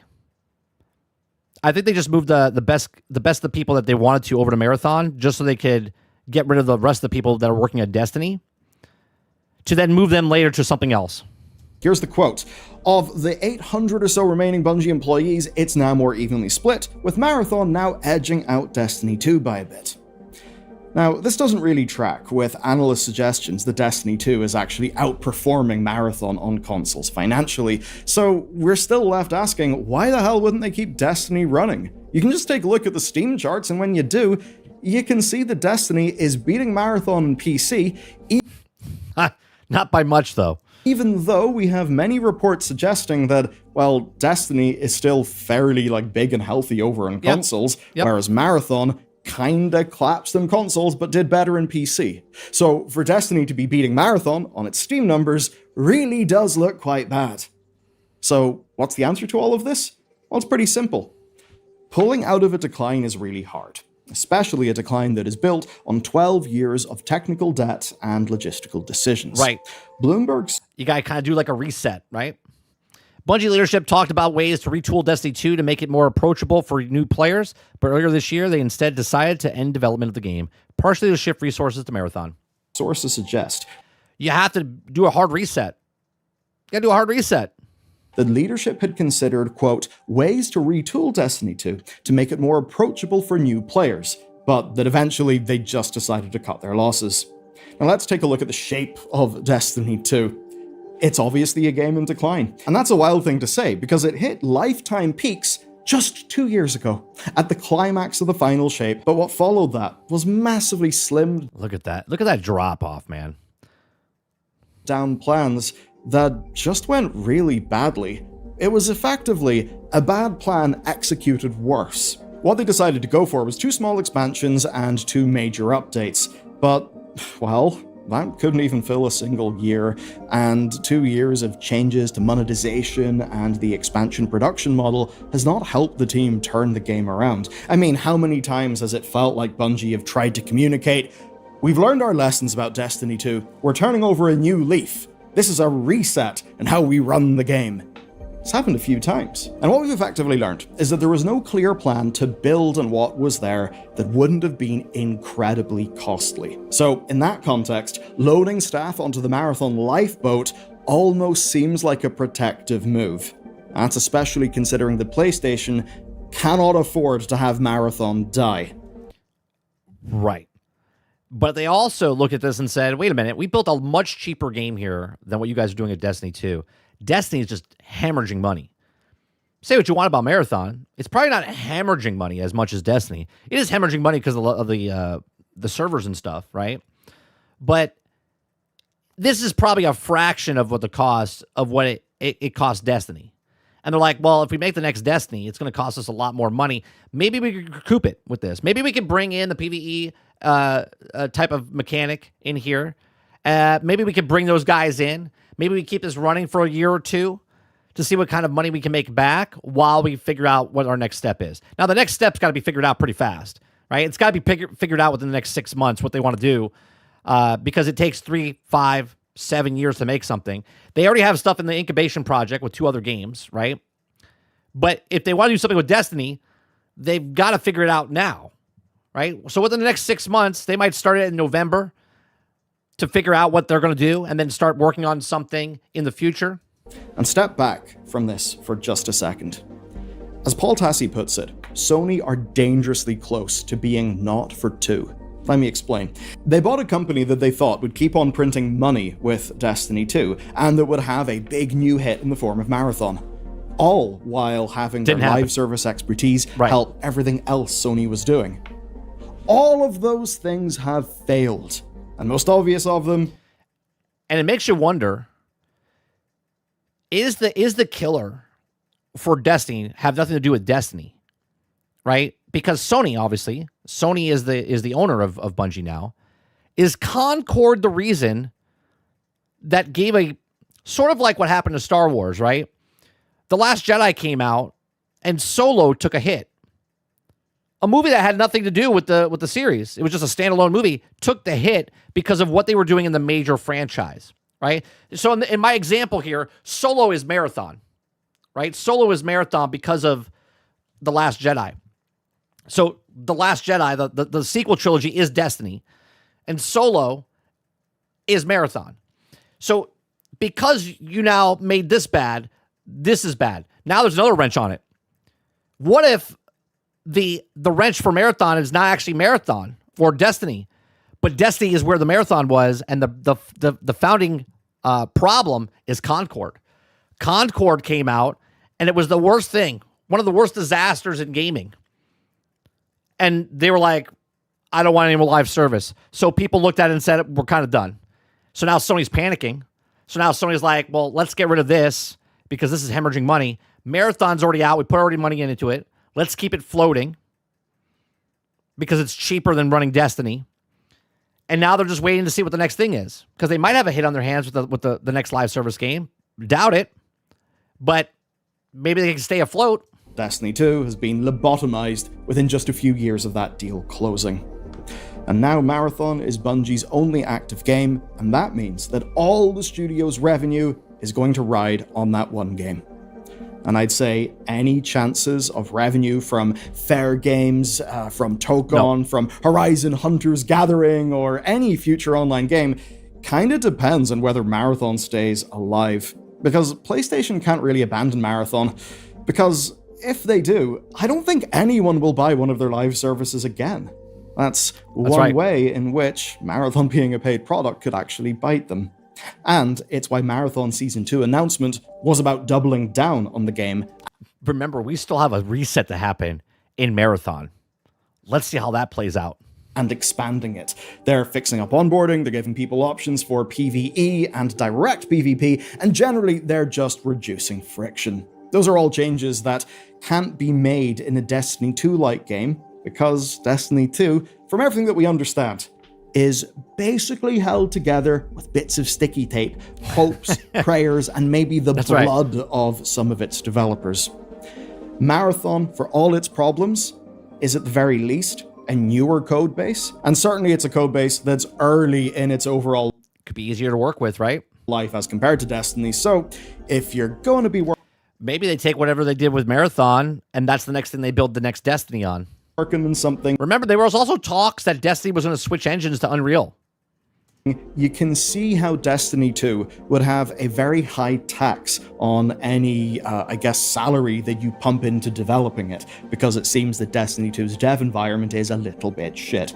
Perhaps that's not the case with Marathon, and that's why they think that even though Marathon is a game with serious headwinds and trouble, that it's probably still the better place to do some sort of bet. Personally, I'm not sure they can pull it off, but I see a little bit of a pathway, because their real trick could be, well, the mode that's coming in the latter half of the new season for Marathon, because it actually sounds a lot like Destiny 2's open world areas.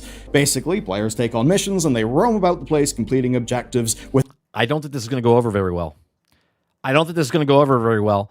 Because what it looks like is like we said earlier. It looks like they're trying to funnel the PvE players that were on Destiny, that know it's over, they're not supporting it anymore, that at some point down the road, not like now, but as they put this PvE in, they're going to try to funnel the PvE guys over to here to kind of just soften the blow a little bit. And I think that's going to go off well worse than they think.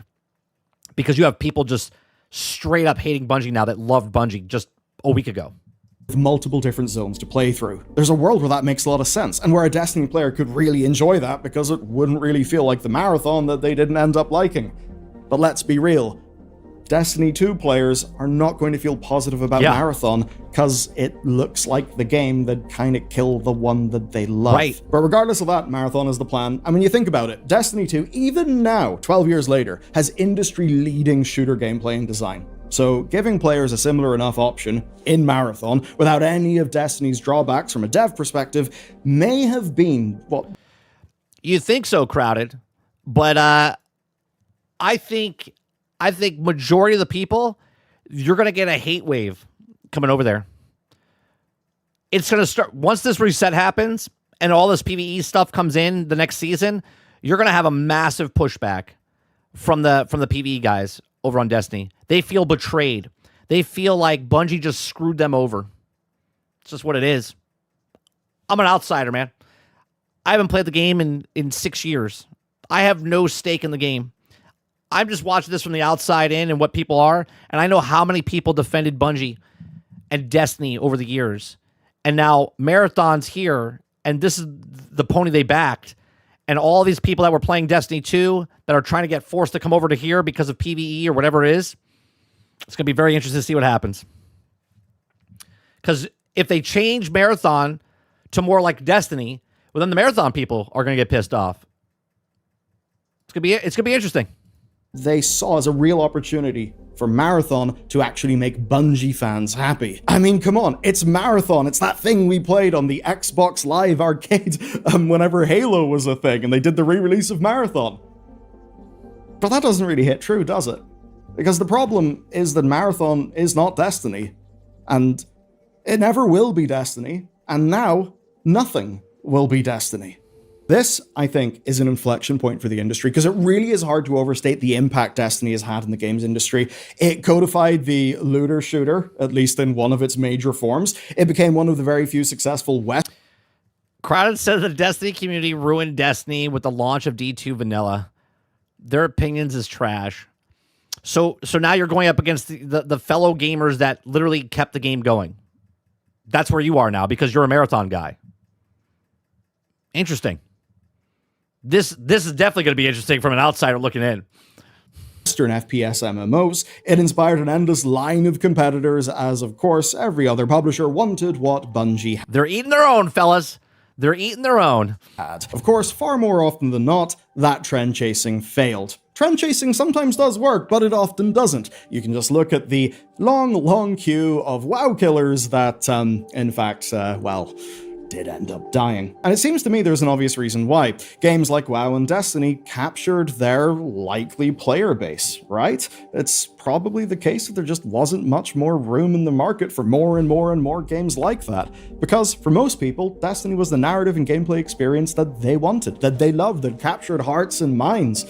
Which is, of course, why we're seeing anger and heartbreak now. And while most of the competitors failed, there is one that did really well. It's Warframe. That's a game that is as... Now, this is a game that might get the Destiny guys that hated Warframe all these years. They might be like, you know what? I might dip my toe into Warframe. Oh, man. This is fantastic watching from the outside. Strong as it's ever been, and it's now going to, I'd say, thrive even better in the space that Destiny 2 is leaving behind. Now, what we're left with is Bungie, a company that will limp on and that may someday return to Destiny. But it does so, having been forced to give up one of the biggest games in the world, all because a handful of executives took it for granted, could not plan ahead, and ultimately, in how they structured the company, did all that they could to be acquirable at a goddamn high valuation. One far higher than the company could support. It is no... It was actually way more. It was double the price. It was $7 billion at one point, and Microsoft said you burn too much money. Surprise that when CEO Pete Parsons left in his golden parachute, getting himself his massive payout, that PlayStation didn't replace him as CEO. Nope. Bungie doesn't have its own CEO. That's pretty much because PlayStation have had to come in and work out what the fuck they're going to do with the shell of Bungie that is left, and that is a shell that itself is but a shade of the former Bungie, with the former Bungie being the one that they bought at a massively inflated value. So for PlayStation, this could not look worse, especially because we all kind of knew that Bungie's expertise was supposed to be the fulcrum of their live service strategy. A strategy that is looking more doomed than ever. But that's not the only doomed thing. Who is a little bit doomed is Changham Kim. He's the CEO of Krafton. He asked Chat... All right, so that... Good video by Bellular News. Give it a like. Give it a sub if you haven't been over to his channel. Let's see here. What are you guys saying? Sweat Dog says Destiny 2 ruined Destiny. Honestly, the fans turned into crackheads. Didn't mind that crap they released. They take it. They eat that shit. Krebsy says, have you seen the player count for Destiny 2? I don't think people are eating the shit. I think he's talking about when they first came out with it, and then they paid for it, and then they left, right? Crowd says, I already tried Warframe. It's ugly as shit. It's third person. No thanks. A lot of people are going to move over there, though. Something's got to fill the gap. There's nothing like Destiny. There's nothing like Destiny out there, right? As much as I hate Bungie, I can admit there's nothing out there like Destiny. There's nothing that you're going to play that feels like Destiny where you can continue doing what you were doing in that game. There's not. You can go play an MMO, but you're not going to get first person like you did with the guns. The gunplay feels so fantastic, okay? Like, people just used to hang out in orbit, for God's sakes. It's gonna be very interesting to see what happens. The layoffs are going to be a big thing. Oh, did I hear him correctly in the beginning of the video when he's talking about the content because they're not supporting anymore? Is Bungie releasing all the content they got rid of? Are they re-releasing all the stuff? And it's free now? Is that true?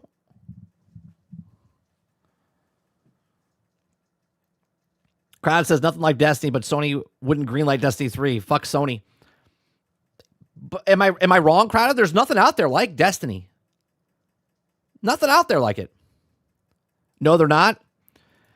There'll be more brand damage against Bungie if they don't make Destiny 3 or the other Destiny title that could also cost to make those titles.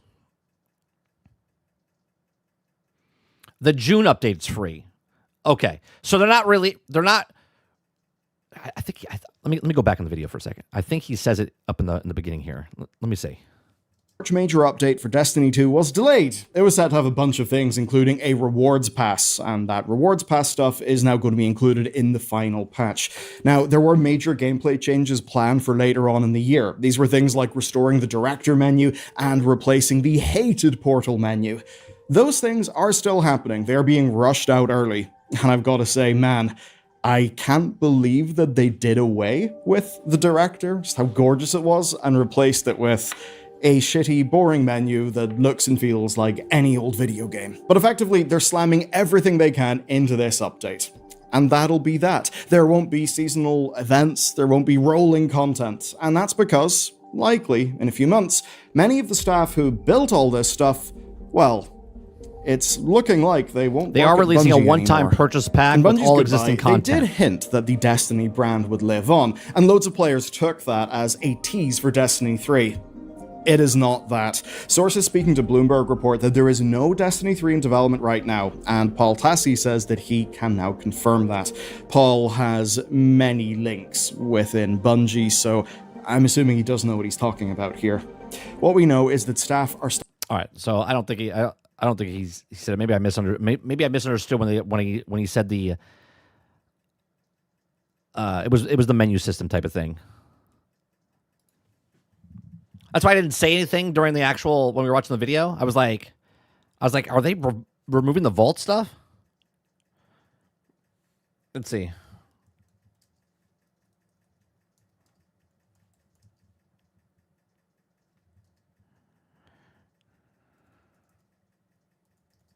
Bringing back vault content. Bungie confirmed that active live service development of Destiny 2 will conclude with the final update on June 9th. Because of this, the full older vaulted campaigns like Red War or Forsaken and destinations like Mars, Titan, and Io will not be unvaulted or permanently reintegrated. The final update on June 9th update will focus on moments of triumph, the service as a send-off for the game. Destiny 2 will remain playable and legacy titles similar to the original Destiny. Engine limitations, no more expansions, partial return, select exotic missions, and few PvP maps were rotated back into the core playlist prior to the development wrap-up, but the original sprawling patrol zones remain inaccessible. Okay. So I misheard what he said then. Okay. That's why I waited till the end. I was like, did he say? So it's the moments of triumph. We'll focus on the moments of triumph stuff. That's coming back, but not the actual content. Chopper said no, they didn't. They are doing that. Just what they were working on for the future, kind of. They're not unvaulting anything. Okay. The only silver lining is that they dumped the portal. Okay. Yeah, it sucks. I mean, again, I'm 6 years out. I'm 6 years sober from Destiny, so this doesn't hit me at all. You know what I mean? But I totally get why people are pissed off, right? This is the game that they've been playing. I know so many people that this is the only game that they played. I'm not even talking about content creators. I'm talking about just people. Like, this is their game. And now that they're not supporting it anymore, obviously I think they'll play it up until June 9th. They'll play the content, and then they'll be like you're missing that reason to play. You're like, oh, well, they're not. Yeah, congratulations. Thank you. Now they're like, what to do afterwards. It sucks. It's that what do I do with my time now? Now people are like lost. They're like in a field, and they're like, what game can I hook onto? And they're gonna try a different game, but nothing's gonna feel right. Nothing's gonna feel right. They're gonna try Warframe. They're gonna try Marathon. They'll try an MMO. They'll try whatever game they try. It's just not gonna feel the same. Because say what you want about Bungie, they made a game that was so fucking addictive. Okay? They brought in people to make it addictive. Psychological. And they did it. They made a game that was so replayable They did such a fantastic job over the years. Even though people kept leaving and stuff, the people that are hooked are like, what? There's no other game like it. Zero game. Jesse Mack says 30. Bungie is so fucks. Sony has sold them. First strike shutdown.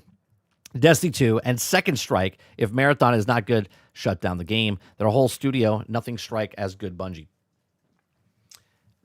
I think Concord did more damage to the live service thing than what Destiny was doing. I'll be honest with you. Concord lost them so much money, they had to start making other money other places, and then Destiny wasn't that thing. Krebsy says, I could think of 6 cheap Destiny titles they can make and fund Destiny 3, but nope, Marathon's the future. I mean, we said it on GXG, I think they could do single-player stuff. I think that's the way they go. I'll be honest with you. Sony wants to sell systems. Sony's good with the first-party games, right? I think they make God of War-style Destiny. I do. I believe that's the way they go forward. They make single-player, right? I think they make single-player games in the Destiny universe.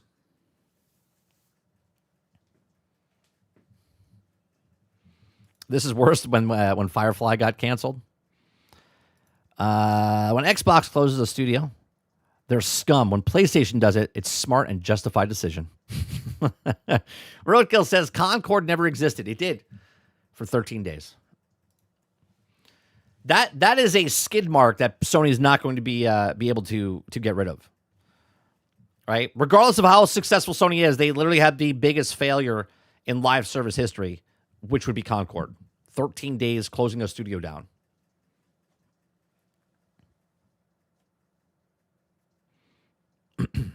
Let's not pretend Destiny didn't have 10 insanely successful years. Well, I never said that. Never said they weren't successful. They lasted 12 years, even though they struggled big time from Destiny 1 to Destiny 2. They almost shut down, and in 5 weeks it became so popular. They were on the tail end of shutting down the entire studio 5 weeks after Destiny 2 came out. This could have happened 6 years prior. Sarge says, which makes Sony dumb as hell? No other game is like Destiny, so you don't want to harvest those people. Think how much money it costs them, and they don't want to chase the demographic. Yeah, it's crazy to me. There's literally nothing. There's literally nothing like Destiny. And they're like, yeah, you know what? Let's close that. It's crazy. Destiny's lowest lows are still higher than Marathon's highs. Yeah, it makes... From an outsider looking into what's happening, it makes no sense while they gambled on that horse with Marathon. I think this is going to get worse over time. I do. And then they took it away from me. Forsaken was so good. Forsaken was the best. Forsaken was the best DLC they've ever come out with. The Dreaming City and everything that happened in that whole content was peak Destiny. Was peak Destiny.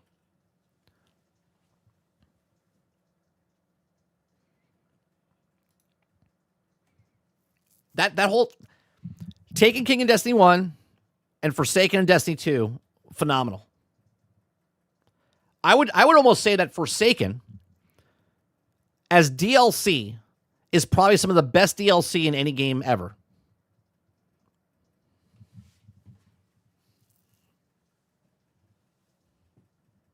There you go. Yeah. Krebsy says, I think it's the best Forsaken, arguably the best Destiny expansion. You can't fucking play it. Right. Can't play it now. But when it was there, I honestly think people should be blasting Sony right now. This is on them. What they're looking at after 2 hugely successful DLCs. I just think the money, the amount of money they're putting in, they're not getting out of Destiny anymore. It's like a horse that won the Triple Crown, and then it went to its 4th year and it didn't make it, so they brought it out back and shot it. Do you know what I mean, Crowded? As much as I give shit to Bungie, Destiny, I love Destiny 1. Destiny 2, the first 3 years, right? I thought were great. And then they lost me. They lost me in 2020. Technically 2019.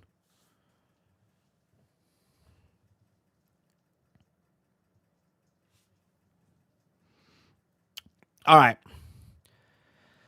We'll talk for a couple more minutes, and then I got to go because my son's got a reward ceremony today. He's finishing school, so got to go there. Got to support. So tomorrow's the last day of school. Today's award ceremony time. Chopper says, oh, look, a new bottle of glue.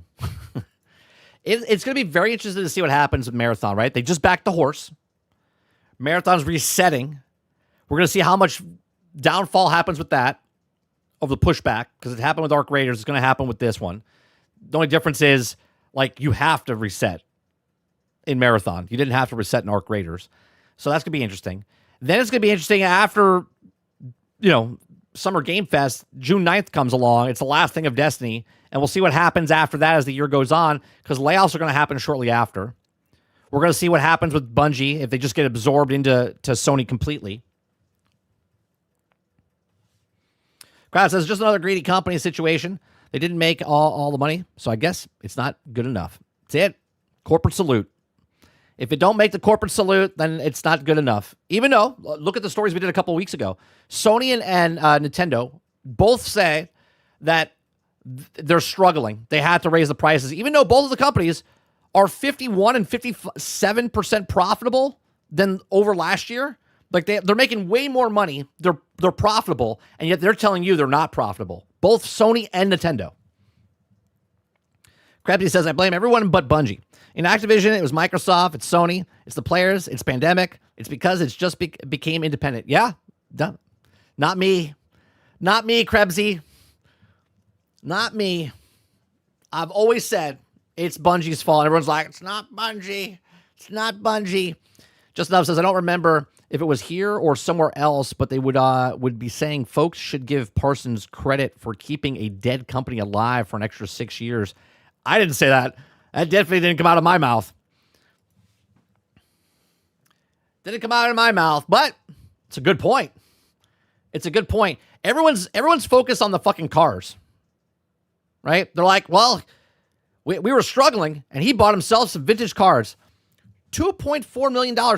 What is that paying for? 10 employees? Is 10 employees going to save Destiny? $2.4 million is nothing. Nothing.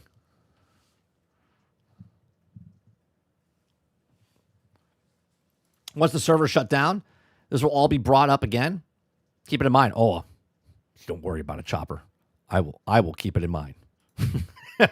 You don't got to worry about me.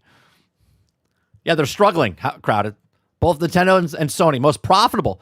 Remember, Sony is the most profitable it's ever been with console sales ever because they charge $900 for the consoles now. Okay? Yet, they're struggling.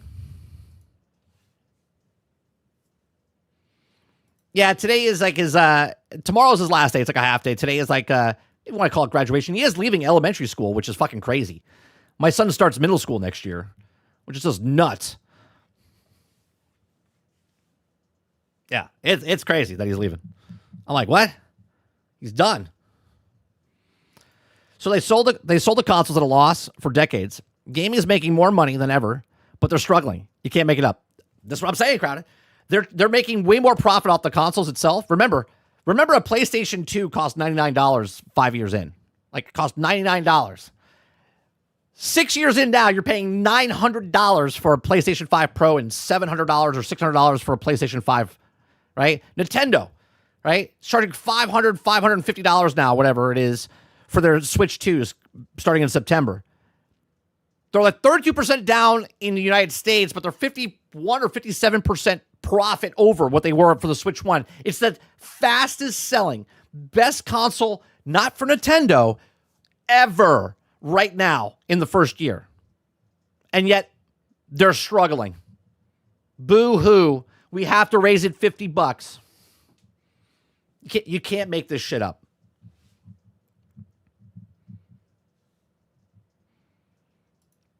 Is it me or shareholders are way more hungry than ever? I think they can smell the blood in the water. They know they're out of time. Because regardless of how many people buy the latest, greatest game, there's less people buying the latest, greatest game. There's less people buying the full price games. Right? They're making money. And what's going to be funny is, and this will be my last thing I have to say, right? Grand Theft Auto is going to come out, whatever they price it at. If it's 60, if it's 70, if it's 80, if it's 90, if it's 100. It's going to give false hope to the industry. Because Grand Theft Auto is going to sell. It's going to sell a shit ton. And everyone's going to think everyone's buying brand new games again. Everyone's buying $80 games, $90 games, $100 game, right? And they're going to think this is a sign that they can do the same thing. And boy, are they going to be mistaken. But these are just my thoughts. Let me know, you guys, in the comment section down below. After the fact, I got to go. I appreciate you. We will be back. We'll be back. Thank you very much for the sub. We'll be back tonight. We'll be playing some games over on 30 and Still Gaming. We'll be back tomorrow morning for the daily grind. I appreciate it very much. You guys have a great rest of your day, evening, or night, wherever you are in the world. Hit that like button, and I'll see you guys on the next one. Peace.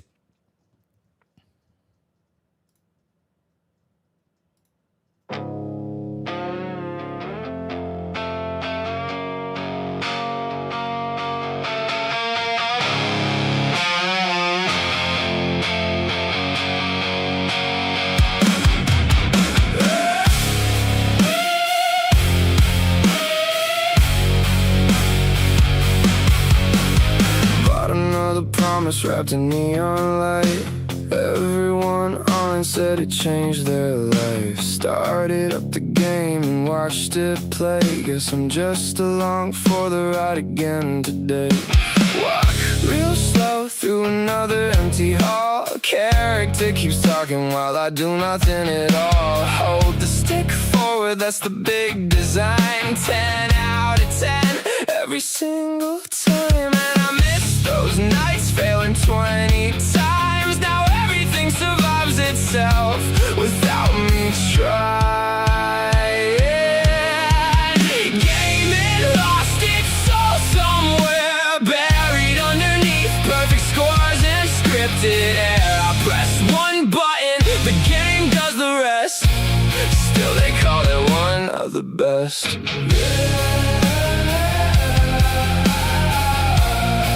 Another 10 out of 10.